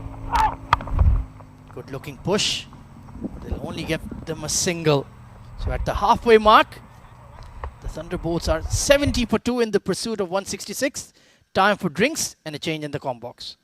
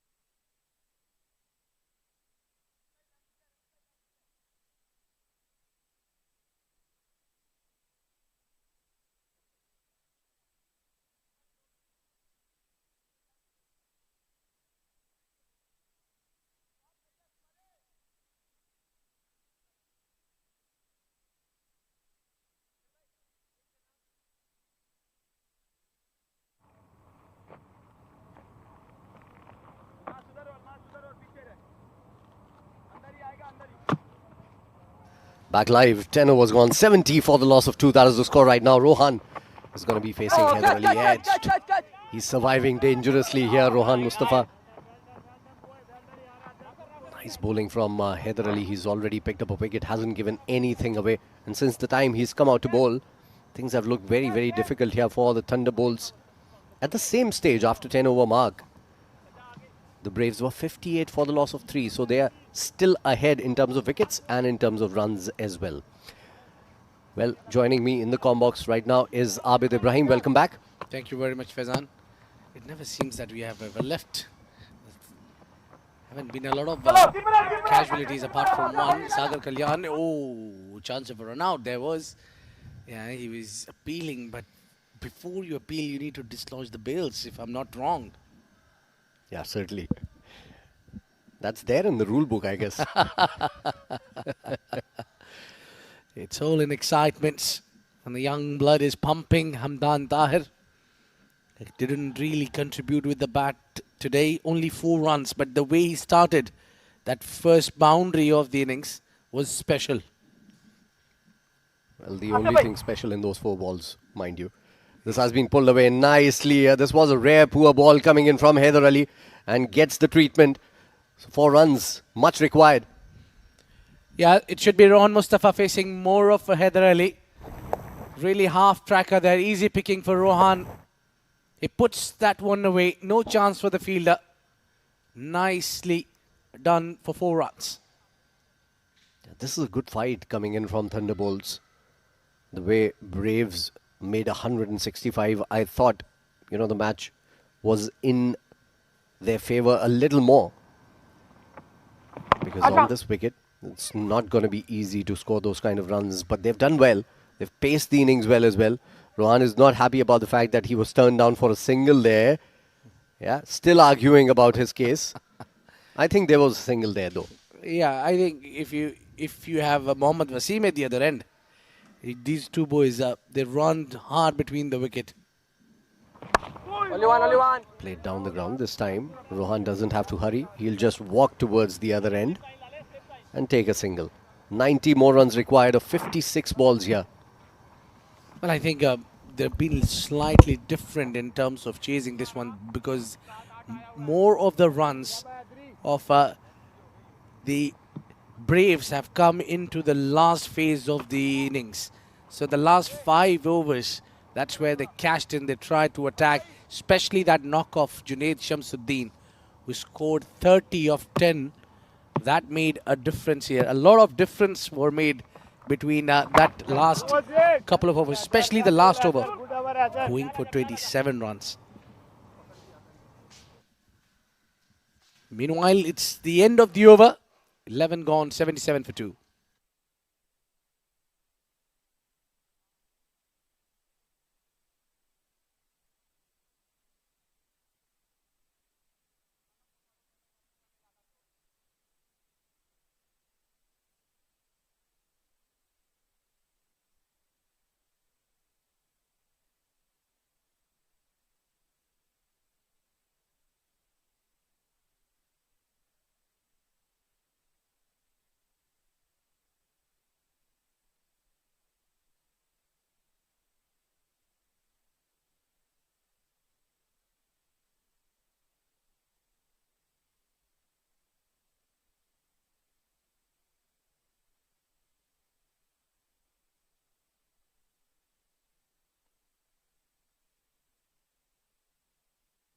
New start to the over here. And Rohan again trying to take a single quickly and was sent back again. There's a lot of argument going about taking singles between these two. So Rami is not very excited about running hard and fast between the wickets. And Rohan always looking for that single. Look at that once again. He was all set for a single. Rami Shehzad said no very sharply and very strongly. Yeah, you need to be brave enough to say no to your captain, especially when it's Rohan Mustafa. He's lightning quick between the wickets. Hazrat Bilal has bowled decently well in this innings. Down the ground. Powerfully hit. And found the gap as well. This is a welcome boundary coming in for Rohan Mustafa. Well, what I'd reckon, it's out of frustration because those singles were not being taken. So Rohan need to take things on his hand. And now he's happy. Seeing the result, he got to 4 runs. Look at that. Clears the front leg nicely. And tries to hit as straight as he can. Not a great ball as well from Hazrat Bilal. It was in the slot. It was there to be hit. But well hit in the end. This is going to be a cliffhanger here. I think it's going to go down the wire if they cannot pick up wickets. The Braves. 81 for 2 already. And again, edged. This time it's going into the gap again. Back-to-back boundaries. Welcome 4s. Well, Rohan Mustafa might not trouble you as much as you expect, but these boundaries will do. You need to keep an eye on Ramiz, or you need to keep taking wickets. Otherwise, These sorts of boundaries will hurt you. Rohan Mustafa is just opening his arms, now scoring runs and dealing in boundaries. Yeah, his strike rate is decent as well, 31 of 27. Came out at number 3, took the responsibility, playing a very important knock. And we've seen this is not a wicket where you can hit boundaries easily. So it'll take some doing. It'll test your patience, your character, your temperament as well. Down the leg side, or poor delivery. And a good take behind the wickets from Hamdan. Yeah, Rohan Mustafa is frustrated knowing that that was a real loosener. He could catch that delivery into 4 or a 6 at least. Because he shuffled across, couldn't get any part of wood on it. Yeah, I knew it. That was it. I'll always take an extra rather than trying to hit it for a boundary. But Extras are good. They're bonus. But as a batsman, Faizan, you want something to come and get you boundary there. You like to get boundaries, keep going, especially when you got 2 out of 2 boundaries in previous couple of deliveries. And you would like to go for the third as well. It's like your salary plus your bonus, the extra. So I would love my salary, but I will also love the bonus. I hope the producer is listening to us. Well, Thunderbolts versus Braves, the third game. Both the sides are equally balanced. We saw the first inning where in a difficult wicket, there was runs scored. This 166 is equal to 200 because of the wicket. It will take some courage. It will take some doings to chase this one down. Absolutely. It'll still take a lot of doing from these two and the remaining batting to come. 80 to get a 50 balls on this wicket is never going to be easy. It's just a matter of couple of wickets here for the Braves. And I think the shoulders are down because of this partnership that is developing here. Thunderbolts are looking good. They're looking positive as well, especially in this over. They've gotten the runs, although I think Bilal was brought into the action to get that wicket that is most required for the Braves. Pulled away, nicely done, into the gap. Third boundary of the over. Rohan Mustafa is turning it off. Turning it on, rather. Well, this is poor bowling. This is really nothing delivery there. Rohan Mustafa missed on the first occasion, but not on the second one. It's quite easy for him to pick up anything pitched behind the legs. Easy picking, just putting it down and giving it a direction for 4 runs. The problem for Braves is not Rohan Mustafa. Yes, you need to get him out, but Ramesh Shehzad is your ticking time bomb. Well, yeah, brilliant batter, Ramesh Shehzad. Hasn't gotten going as of now. So if Rohan can provide a platform, Ramesh can make up for all the lost deliveries. And horizontal bat shot to end the over here. Straight down the ground. Only a single this time around. That concludes the over. A very good one. 3 fours and a wide from it. So 13 coming off the over. It's 91 for the loss of 2 after 12.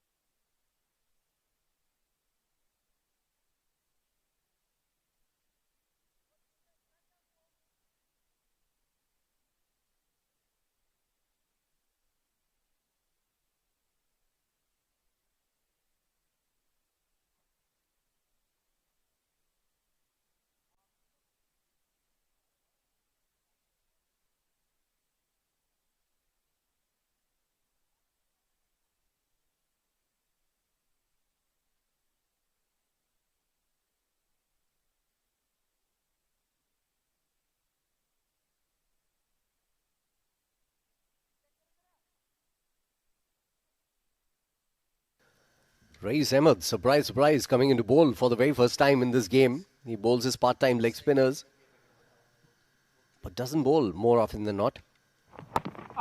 They need a wicket, and desperation is showing for the Braves here. First ball, leading edge, straight to CP for a single. Yeah, and that also reminds me Rizwan CP can bowl as well. You need the services of the leggy, and especially when it's a left-hander batting there, Rohan Mustafa. And also we know that Rizwan can get that big googly.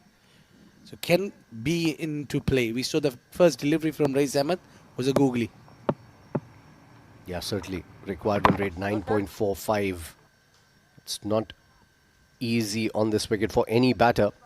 Although, as our fellow commentators were saying, that seemingly it has eased down just a little bit, this wicket, compared to the first innings.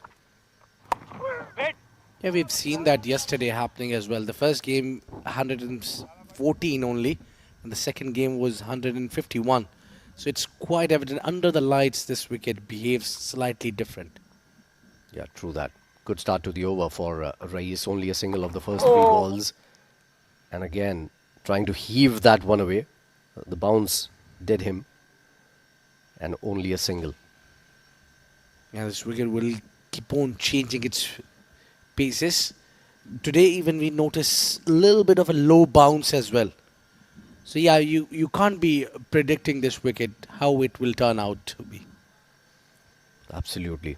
It would be interesting to see how the wicket behaves in the next match. Oh, I think that was edged. Was it? We'll have to take a look at that again. With Rohan's body language, I don't think it was. But this is turning out to be a great over. Look at that. Oh, very close to the edge. Yeah, but again, going away from the left-hander. And now this is easy picking. This is easy picking. You just can't be bowling around the pads. You made that and gave it easy boundary to Rohan Mustafa. He'll get settled. That was the only thing lacking in the over. A boundary, he gets it into the end. Yeah, 7 of the over eventually, and that concludes the 13th. It's 97 for the loss of 2 after 13.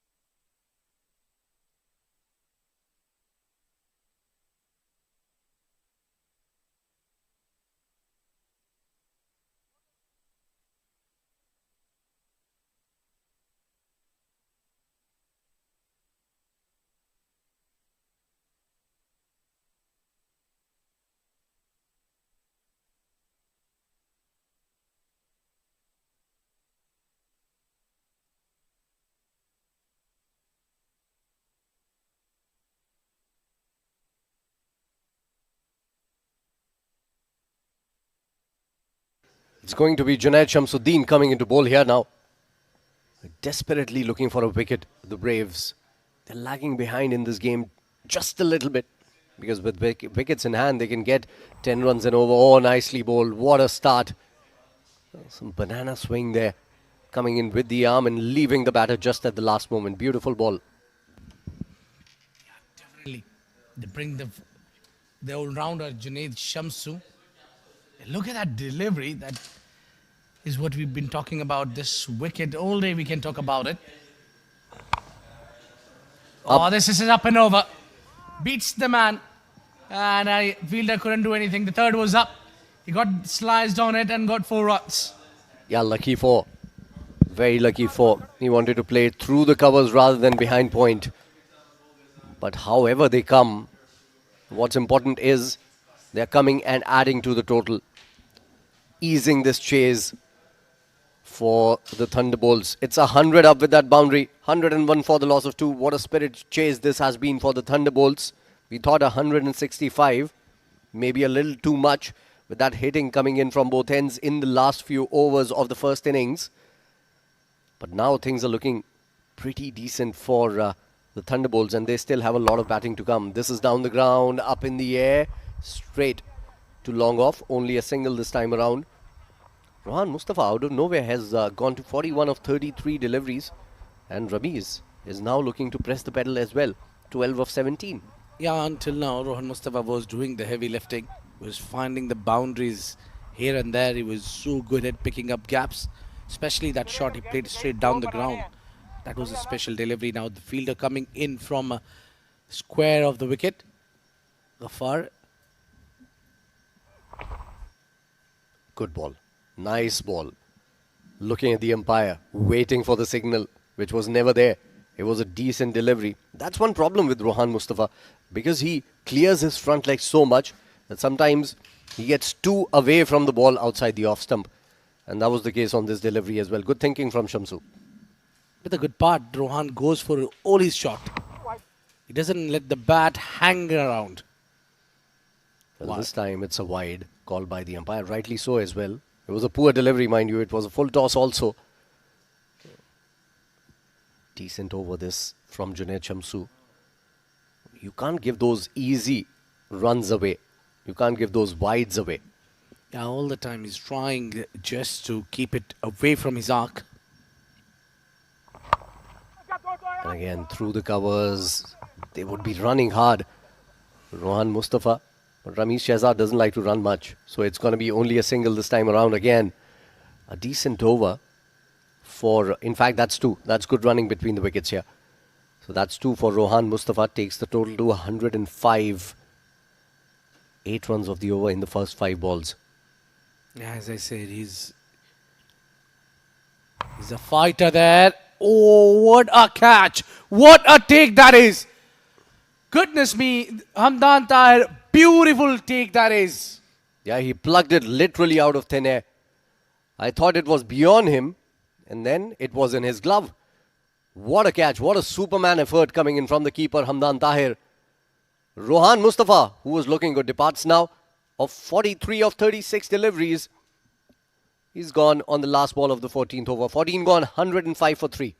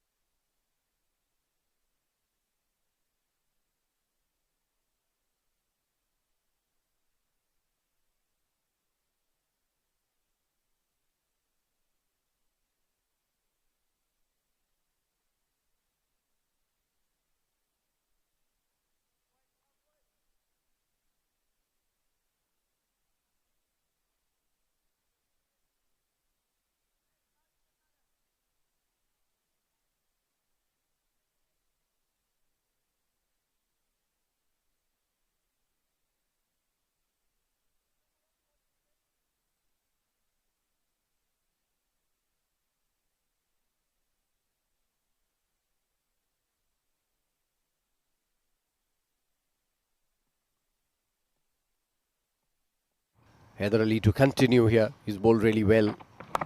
Dancing down the wicket on this next one, Ramiz. And only a single. Ansh Tandon is coming out to bat. He's the new batter. Dashing cricketer. Look at that wicket again. Outside the off stump. Top edge. Right-handed pickup. Well, that was a brilliant take.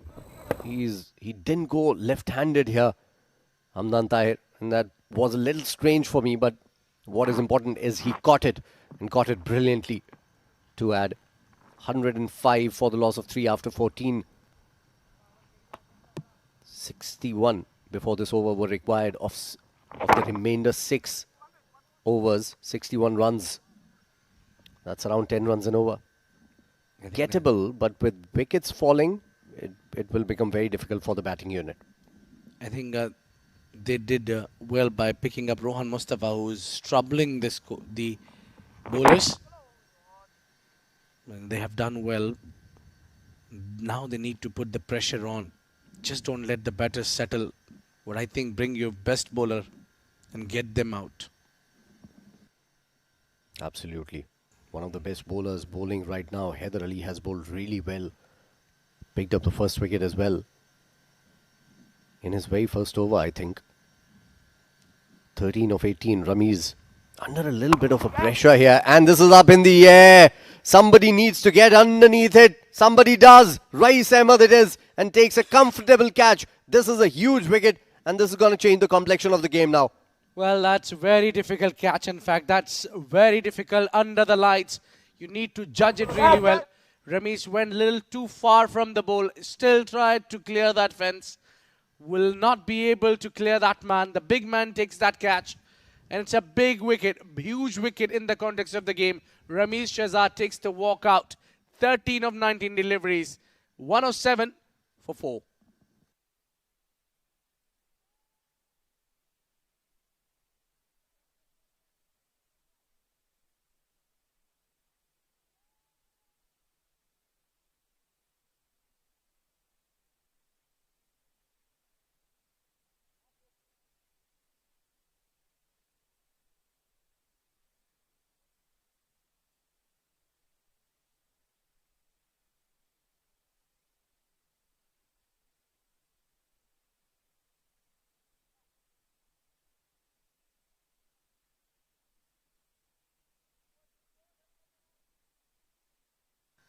Dawood Ejaz coming into bat.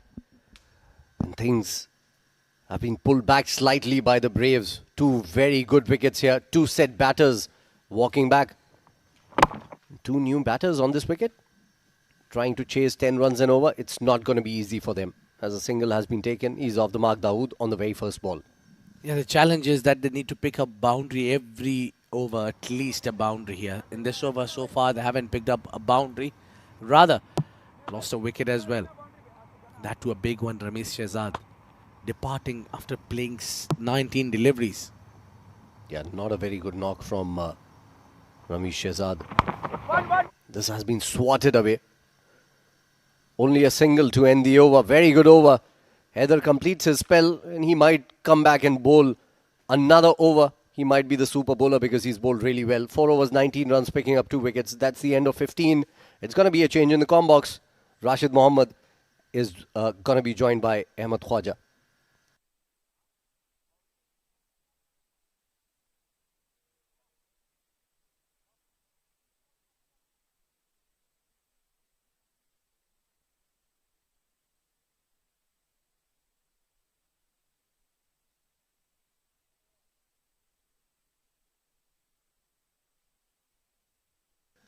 Thank you very much, Faizan and Abid. 57 of 30, that is the analysis remaining for the Thunderbolts. Two new batters at the crease still have the likes of Umar Ali Khan, Shahbaz Ali as well in there, Rashid. So they certainly are in with a shout. Oh yeah, with 5 overs to go, this is where things changed for the Braves as well. Asif Khan was let loose and he made sure that he got to a big total. They've taken the power play right at the same time as the Braves did in the first innings, so this can be a game-changing 2 overs.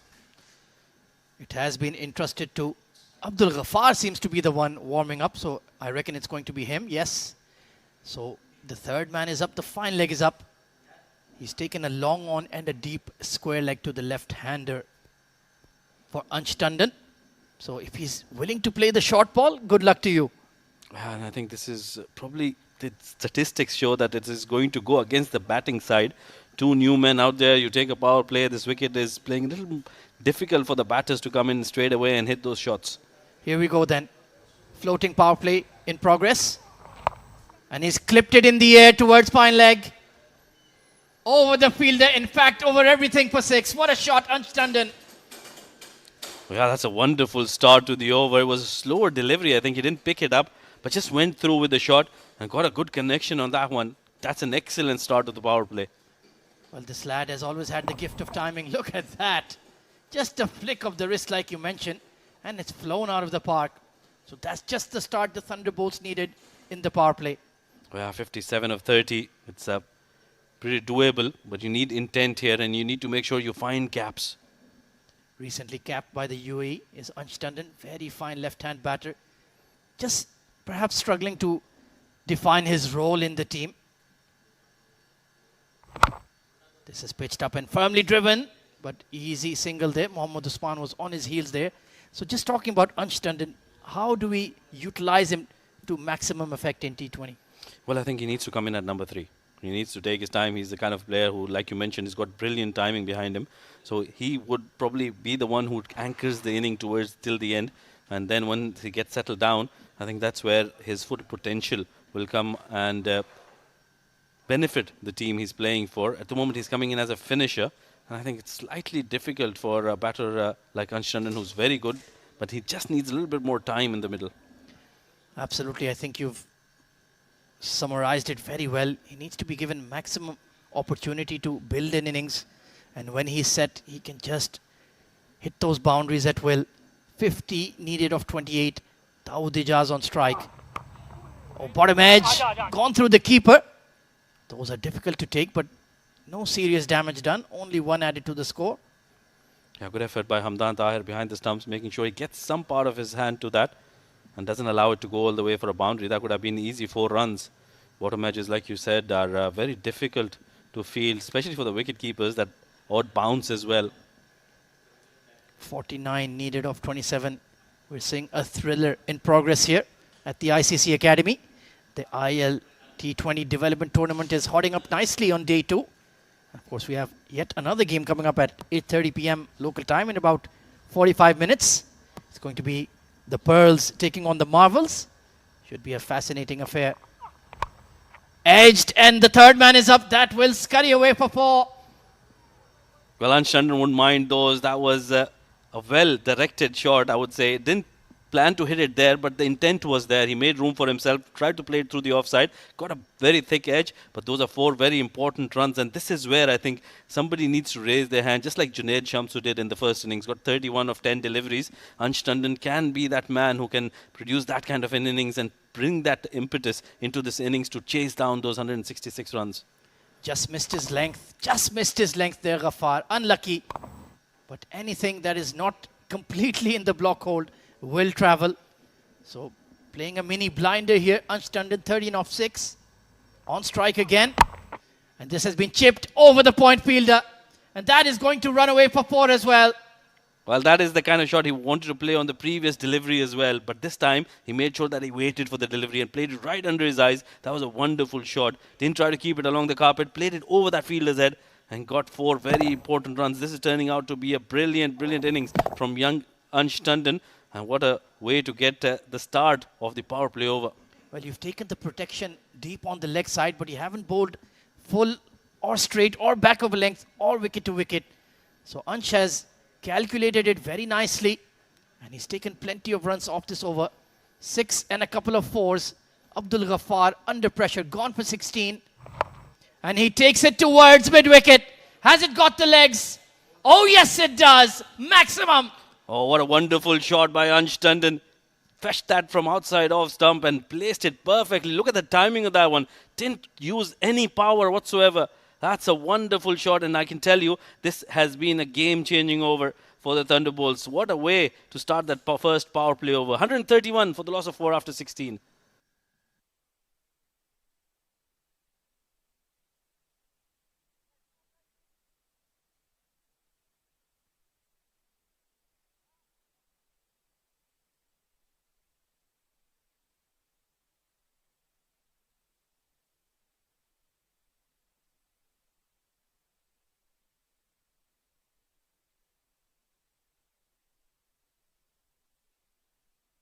Well, what a stunning effort that was in the floating power play for Ansh Tandon. 22 runs taken off it. And now this match is swinging towards the men in green. 23 off 8. Fabulous striking, and none of the shots was played in anger. Yeah, that was wonderfully timed. And you keep on saying that till the time you have Ansh Tandon out there. He'll keep timing the deliveries and he'll keep playing those kind of shots. What a wonderful turnaround this has been.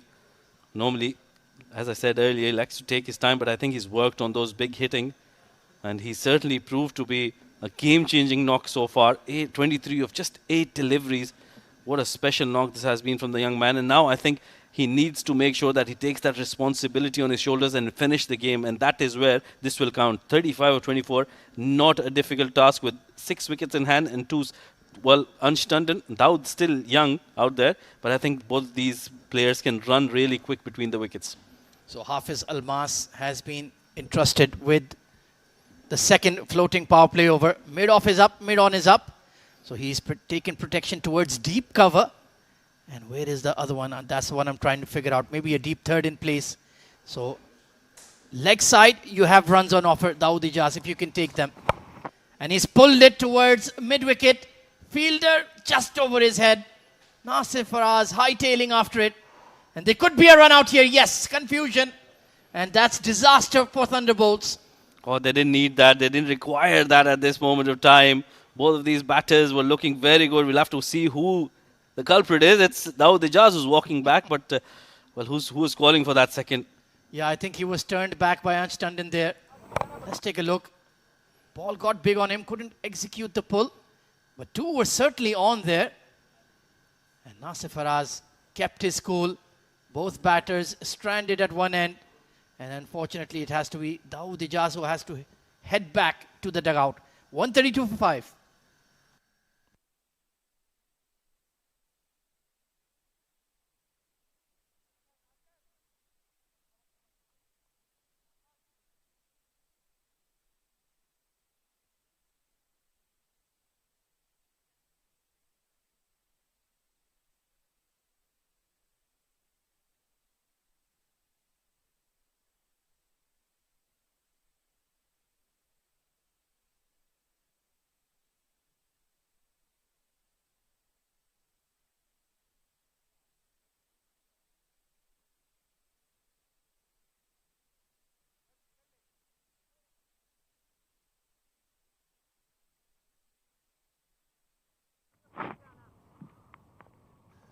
So further pressure builds on Ansh Tandon here. He's run out his partner.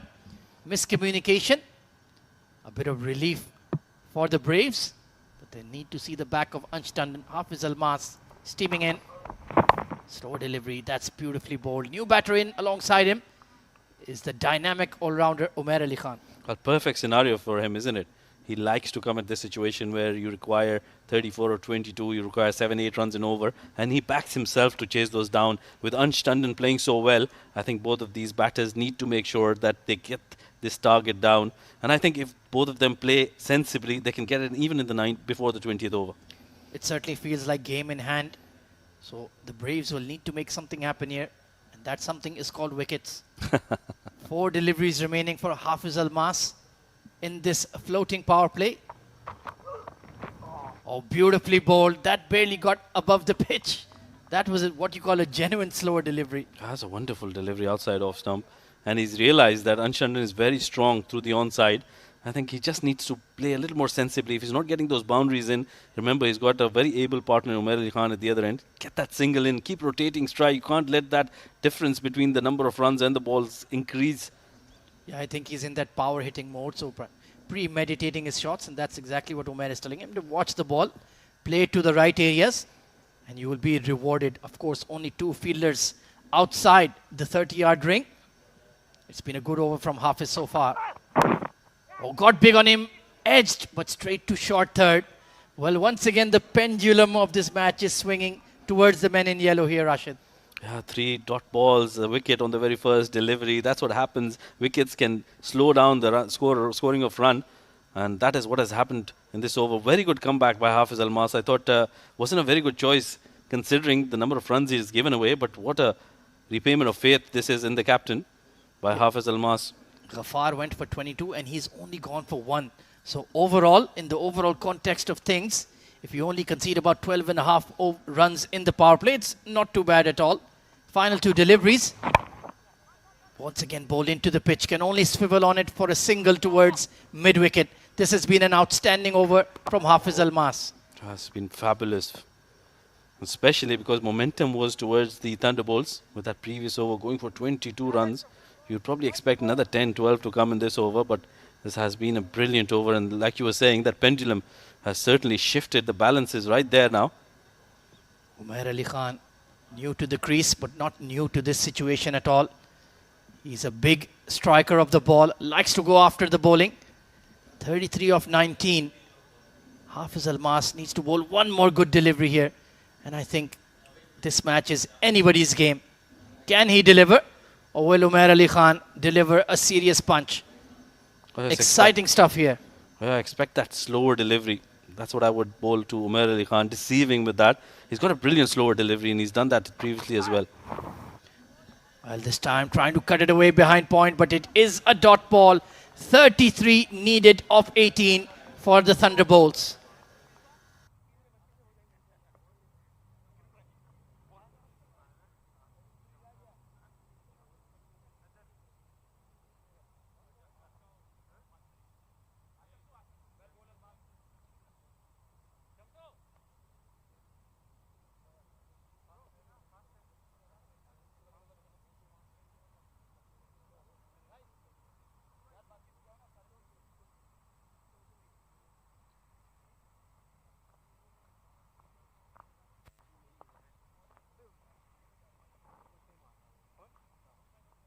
Well, plenty of permutations, plenty of calculations being made right now by the Braves. 3 overs remaining. Who would you turn to, Mohammad Rashid? It looks like it's going to be Junaid Shamsu to bowl one of those overs. And we're having this discussion in the com box as well. We were trying to calculate as well. Ahmed Khwaja thinks Haider Ali should probably come in and bowl. But I don't know, spinner going for the last overs. Maybe the last over at best you could give to Haider Ali, but you're right. In this situation, certainly have to go with the seamers right now. So Junaid Shamsu trying to set his field long on and mid-wicket in place. There is a deep third as well. So trying to protect 2 fielders on the offside and the leg side apiece. And he is experienced at bowling at the death. Decent bowler. Yeah, probably he'll rely more on those slower deliveries. That's why he doesn't have a third in place. He's got a short third, a short fine leg, a square leg, and that square leg is inside the circle. And he's got a backward point as well. So all the fielders in front of the wicket now. Here we go then. Pitched up and hammered towards long on. Ansh Tandon steps into that one and delivers it for 6. Oh, can you believe it? What a shot that was. That was a wonderful shot. Was in the slot, yes. But Ansh Tandon, what a knock this has been. What a excellent effort. Look at that. From the middle of the bat, that excellent follow through. And that's gone all the way for a maximum. Well, this is a new Ansh Tandon we're seeing here today. Look at that swing from the hip. And I'd like to go golfing with him someday. That was a clean swing. 30 off 13. What a knock. Well, that's been a wonderful knock. 30 of 13, like you said. Wow. That has been one of the best knocks Anshan's played. And I think it's called for new balls, please.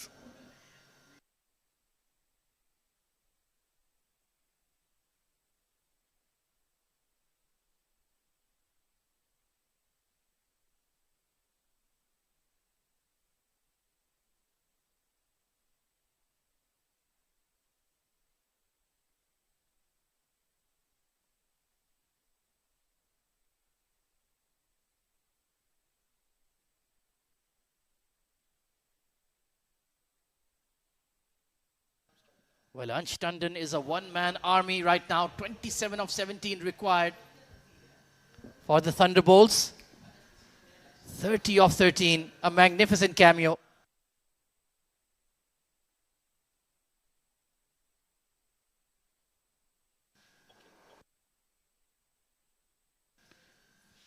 So once again, that brilliant over from Hafiz Almas has been equalized with one blow from Ansh Tandon. Junaid Shamsuddin under pressure. Oh, good comeback. It was a length delivery outside off. He should have carved that away behind point. I should have tried to play it behind that point region. And that's what he's shadow practicing right now. But that was a quicker delivery. He wasn't anticipating that quicker delivery to come in. Very clearly, he's very late on that shot. Well, the plan seems to be don't bowl it in his arc. Outside off, slightly wider. But it is risky because he's very strong on that square cut. He's picked it up again. It's gone straight up. Is there anybody to take it? Nobody at all. In fact, it sails away over long leg for 6. What a wonderful shot. Once again, he's owned that shot. He's made it his own. That's a wonderful shot behind square towards long leg. It's a very, very difficult shot to maneuver. But look at that. Places it perfectly for another maximum. The first one would have been a fluke, but this one certainly made sure that he played it towards that region. He has picked that one up from outside off over his right shoulder, over long leg for 6. Incredible striking. Mr. 360 tonight. Ansh Tandon, 36 of 15. And he's taking the game away single-handedly from the Braves. That was a fascinating shot. You don't see those kind of shots every day. And Ansh Tandon, well, he's played 2 in the same game, in the same innings. Well, Junaid Shamsuddin, he looks bewildered. He looks shocked. Round the wicket now. Upish, but will drop in front of the extra. They will scurry for a single. But the heavy lifting in the over has been done by Ansh Tandon. He's taken all the pressure off Umair Ali Khan, who was supposedly the man to do the finisher's job. But Ansh Tandon, well, what a knock this has been. This is a special knock from the youngster. He's got all the talent in the world. It was just about proving himself and coming out of the fray, and he's done that absolutely wonderfully well. Well, his name will certainly be circled and underlined for drafting in the ILT20 UAE player draft for 2024. This has been an eye-catching innings from Ansh Tandon. Junaid Shamsu around the wicket to Umair Ali Khan. Interesting tactic being employed. And a slower delivery, it's gone straight up. Is there anybody to take a catch at mid-wicket? No, it's been put down. Rais Ahmed, that was a very lazy effort. Yeah, poor cricket all around. The only good thing about that was that delivery from Junaid Shamsu deceived Umair Ali Khan. A casual effort from Rais Ahmed. And I think Umair Ali Khan needs to just settle down. That wasn't required there. They've got the runs. It's just about placing it in the gaps and running hard between the wickets. Get that odd boundary or feed strike to Ansh Tandon, who's looking $1 million here. Final delivery inside edge, but straight to the fine leg in the ring. So once again, a productive over here for the Thunderbolts. 17 needed of the last 2 overs.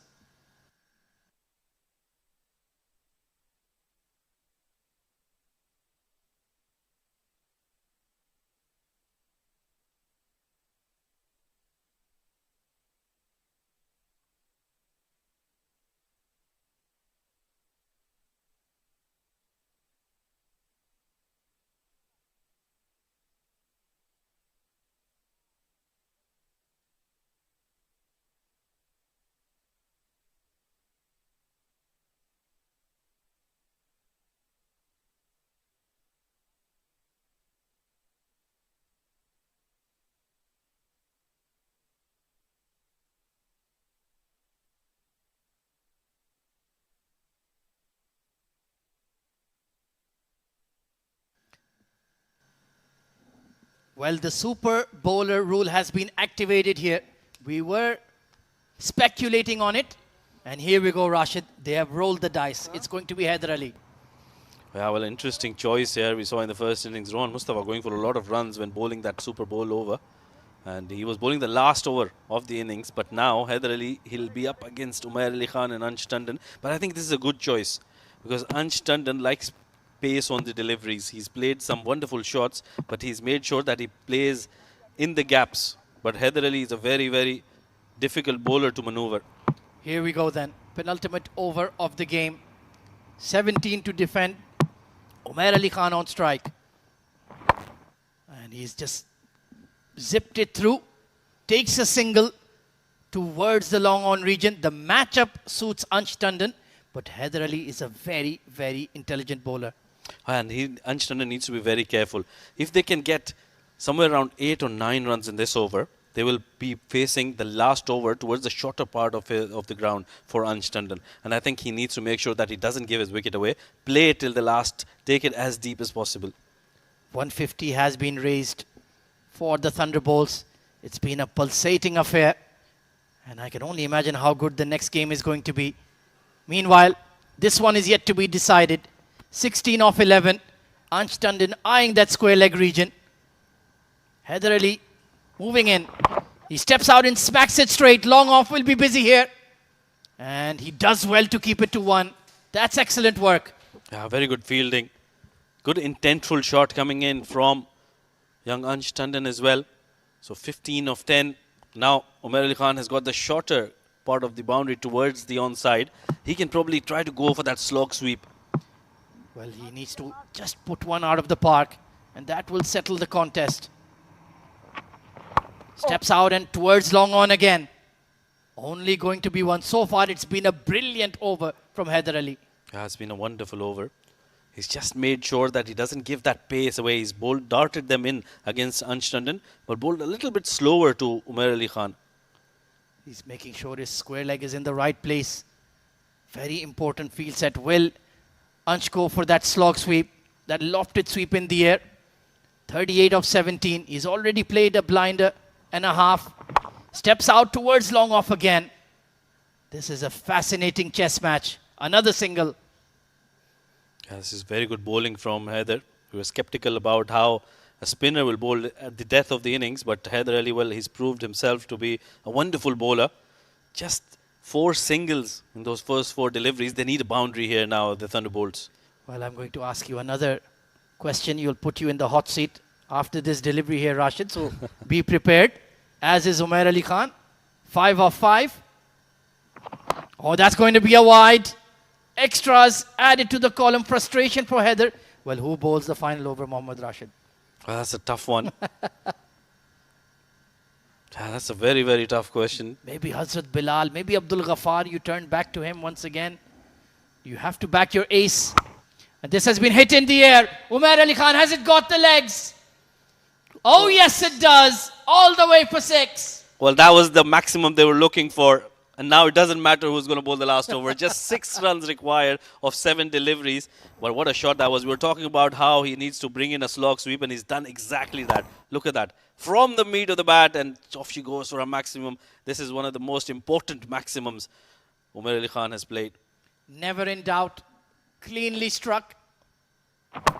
Attempted Yorker. They will dig it out for a single out. They're going to push for 2. Umair Ali Khan is interested, but they won't take the risk. Well, Haider Ali, that's the life of a spinner. One bad delivery, and you're tonked out of the park. 5 needed off the final over.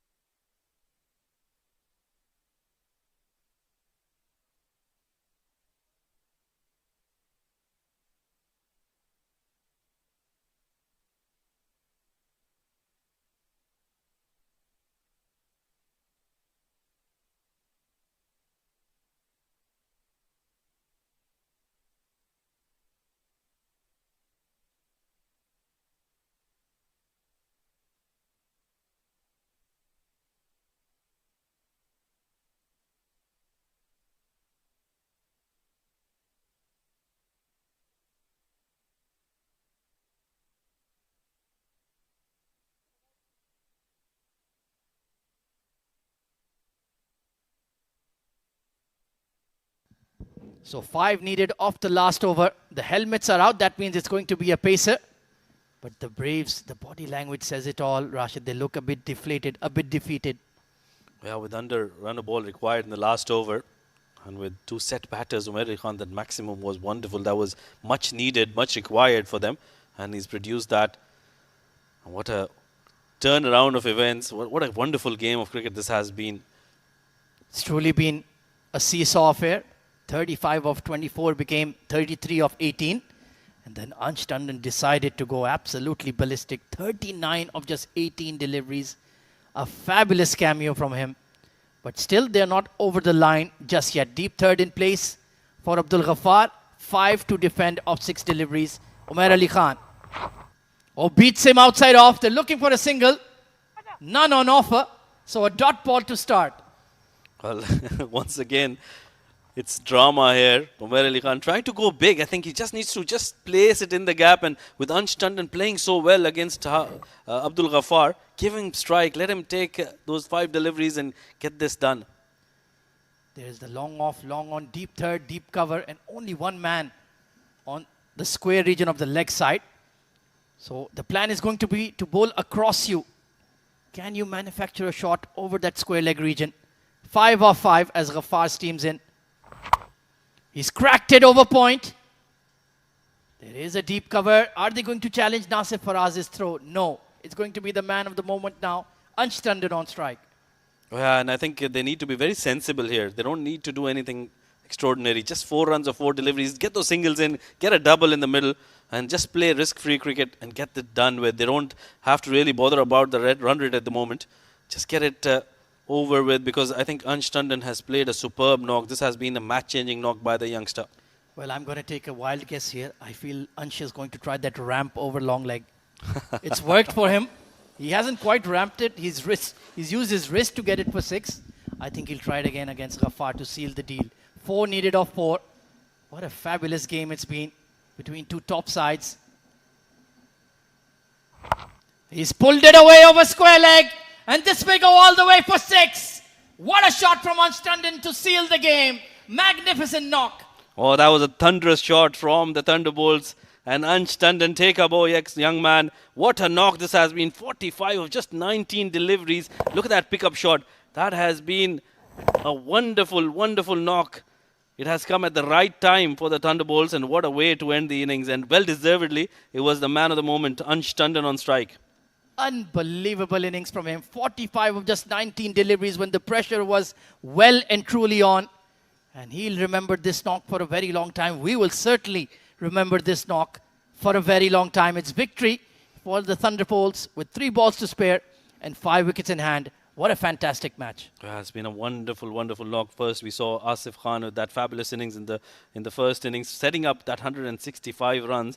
But then when I think Thunderbolts came out to bat, they played very sensibly. Rohan Mustafa, Ramesh Shehzad, they laid that platform to make sure that Ansh Tandon and Umair Ali Khan comes in at the end and chases the down very, very easily. Well, that is the batting scorecard for you. It was Sagar Kalyan with the early aggression, 30 of 24.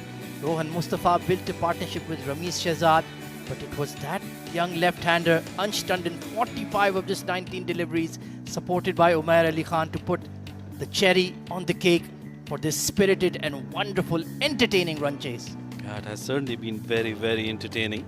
Thunderbolts getting over the line and getting those points on the table. Remember, we just have to get confirmation if they've got that point of the power play overs as well. So that will be added. Ansh did take 22 off it, but then the next over from Hafiz Almas only went for 2. So you're right, it will be close. And in the end, they got across the line. In terms of the bowlers, Hazrat Bilal, 1 for 38, was quite decent. Haider Ali was easily the pick of the bowlers. He even bowled the super bowler over as well, 2 for 31 on the night. But it was Abdul Ghaffar who got taken to task, none for 41 in his 3.5 overs. That was where the game ran away from the Braves. Well, I think you must give a lot of credit to Ansh Tandon. He picked their ace bowler and made sure that he took him for a lot of runs, and that is where I think that bowling lineup really deflated. Even Junaid Shamsuddin did pick up a wicket, but was expensive in his 2-over spell. So let's take a look at the highlights of this thrilling run chase. It was Sagar Kalyan with the early aggression. Got some boundaries to start. Hassan Isa Khail, one brilliant strike, but then a bad shot to dismiss himself. He was looking good at the crease, but this shot was just not on, Rashid. Yeah, and this kind of wicket, you need to just settle down, take your time in the middle, unless you're Ansh Tandon. He was playing on a different wicket altogether, but some very good shots coming in from Sagar Kalyan. He was looking very settled out there, but that was a wonderful delivery from Haider Ali. He was the most impactful bowler for the team there. And it was the 50-run partnership between Rohan Mustafa and Ramesh Shehzad. Rohan Mustafa calculating it nicely, setting up that base. This was an edge that went behind, but then he picked up a few boundaries of Hazrat Bilal. Rais Ahmed came for an over, and he took toll on him as well. Junaid Shamsuddin was unlucky in his first over. Ramesh Shehzad just couldn't get going today, but that was a wonderful catch by Rais Ahmed. That was right on the boundary rope. And I think this is where everything changed. That first shot from Ansh Tandon, and then he just went berserk. He bludgeoned them all across the park. There was some smart hitting as well, but he made sure that he got the boundaries at the right time. Dawood Ijaz lost his wicket at the wrong time. That is where we thought that the game probably might shift towards the Braves, but Ansh Tandon, well, he had other plans. He was just playing on a different wicket altogether. Especially that pickup shot towards square leg. How many times did they clear that green fence over there onto the highway? And this was the killer blow. Umair Ali Khan with that big slog sweep of Haider Ali. And then game, set and match thanks to Mr. Ansh Tandon. What a shot to end the game. And in the end, the men in green triumph by 5 wickets. It was a thunderous performance by the Thunderbolts. ILT20 Braves. They were asked to bat first, got to 165 for 4 in their 20 overs, 87 for Asif. What a knock that was, Junaid. That impetus towards the end, 31 of 10. Shehbaz was the pick of the bowlers, 2 wickets for him. Wasim and Lukman picked a wicket each. At the end, Thunderbolts, when they came out to chase this, well, they did that quite easily at 168 for 5, 45 not out from Ansh Tandon. What a knock that was, a special knock by the youngster. Rohan Mustafa, 43 of 36, playing a captain's knock there. Haider, like you said, was the pick of the bowlers, 2 wickets for him. But I think all the other bowlers really need to go back to the drawing board. Junaid and Bilal picked up a wicket apiece, but they were expensive, especially on a wicket that was helping the seamers. At the end, the breaking news then, Thunderbolts winning this by 5 wickets and getting those points on the table.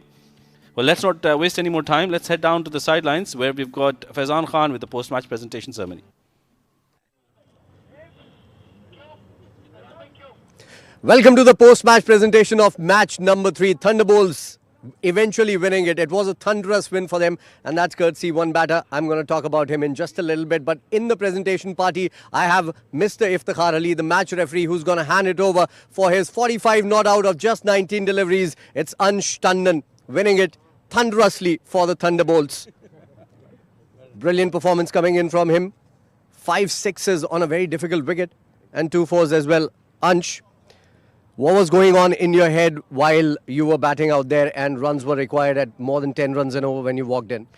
To be honest, my plan was pretty simple. I just had to go out and execute my shots, which I think turned out pretty well because the team was needing I think around 11 runs per over, if I'm not wrong. And the situation was quite crucial at that time and it was either all out or nothing. So I just prepped myself for it when I was just sitting outside. I was talking to myself that if I just go in, it's just all out. And that touch would happen really well. Ansha, we were in the comm box and we were talking about the wicket and we thought it was really, really difficult. But you made it look very, very easy. What's the secret behind it? To be honest, the wicket was actually too paced. It wasn't really very easy. But to me, I think these conditions are really suitable because I like the balls to come on the up. And I think, yeah, everything just turned out to be really well for me. I thought you'd be modest and humble about it, but no, you're taking the win, and that's a very good sign. Congratulations to you, Ansh. May you have better performances in the upcoming part of the tournament as well. Thank you. I appreciate it.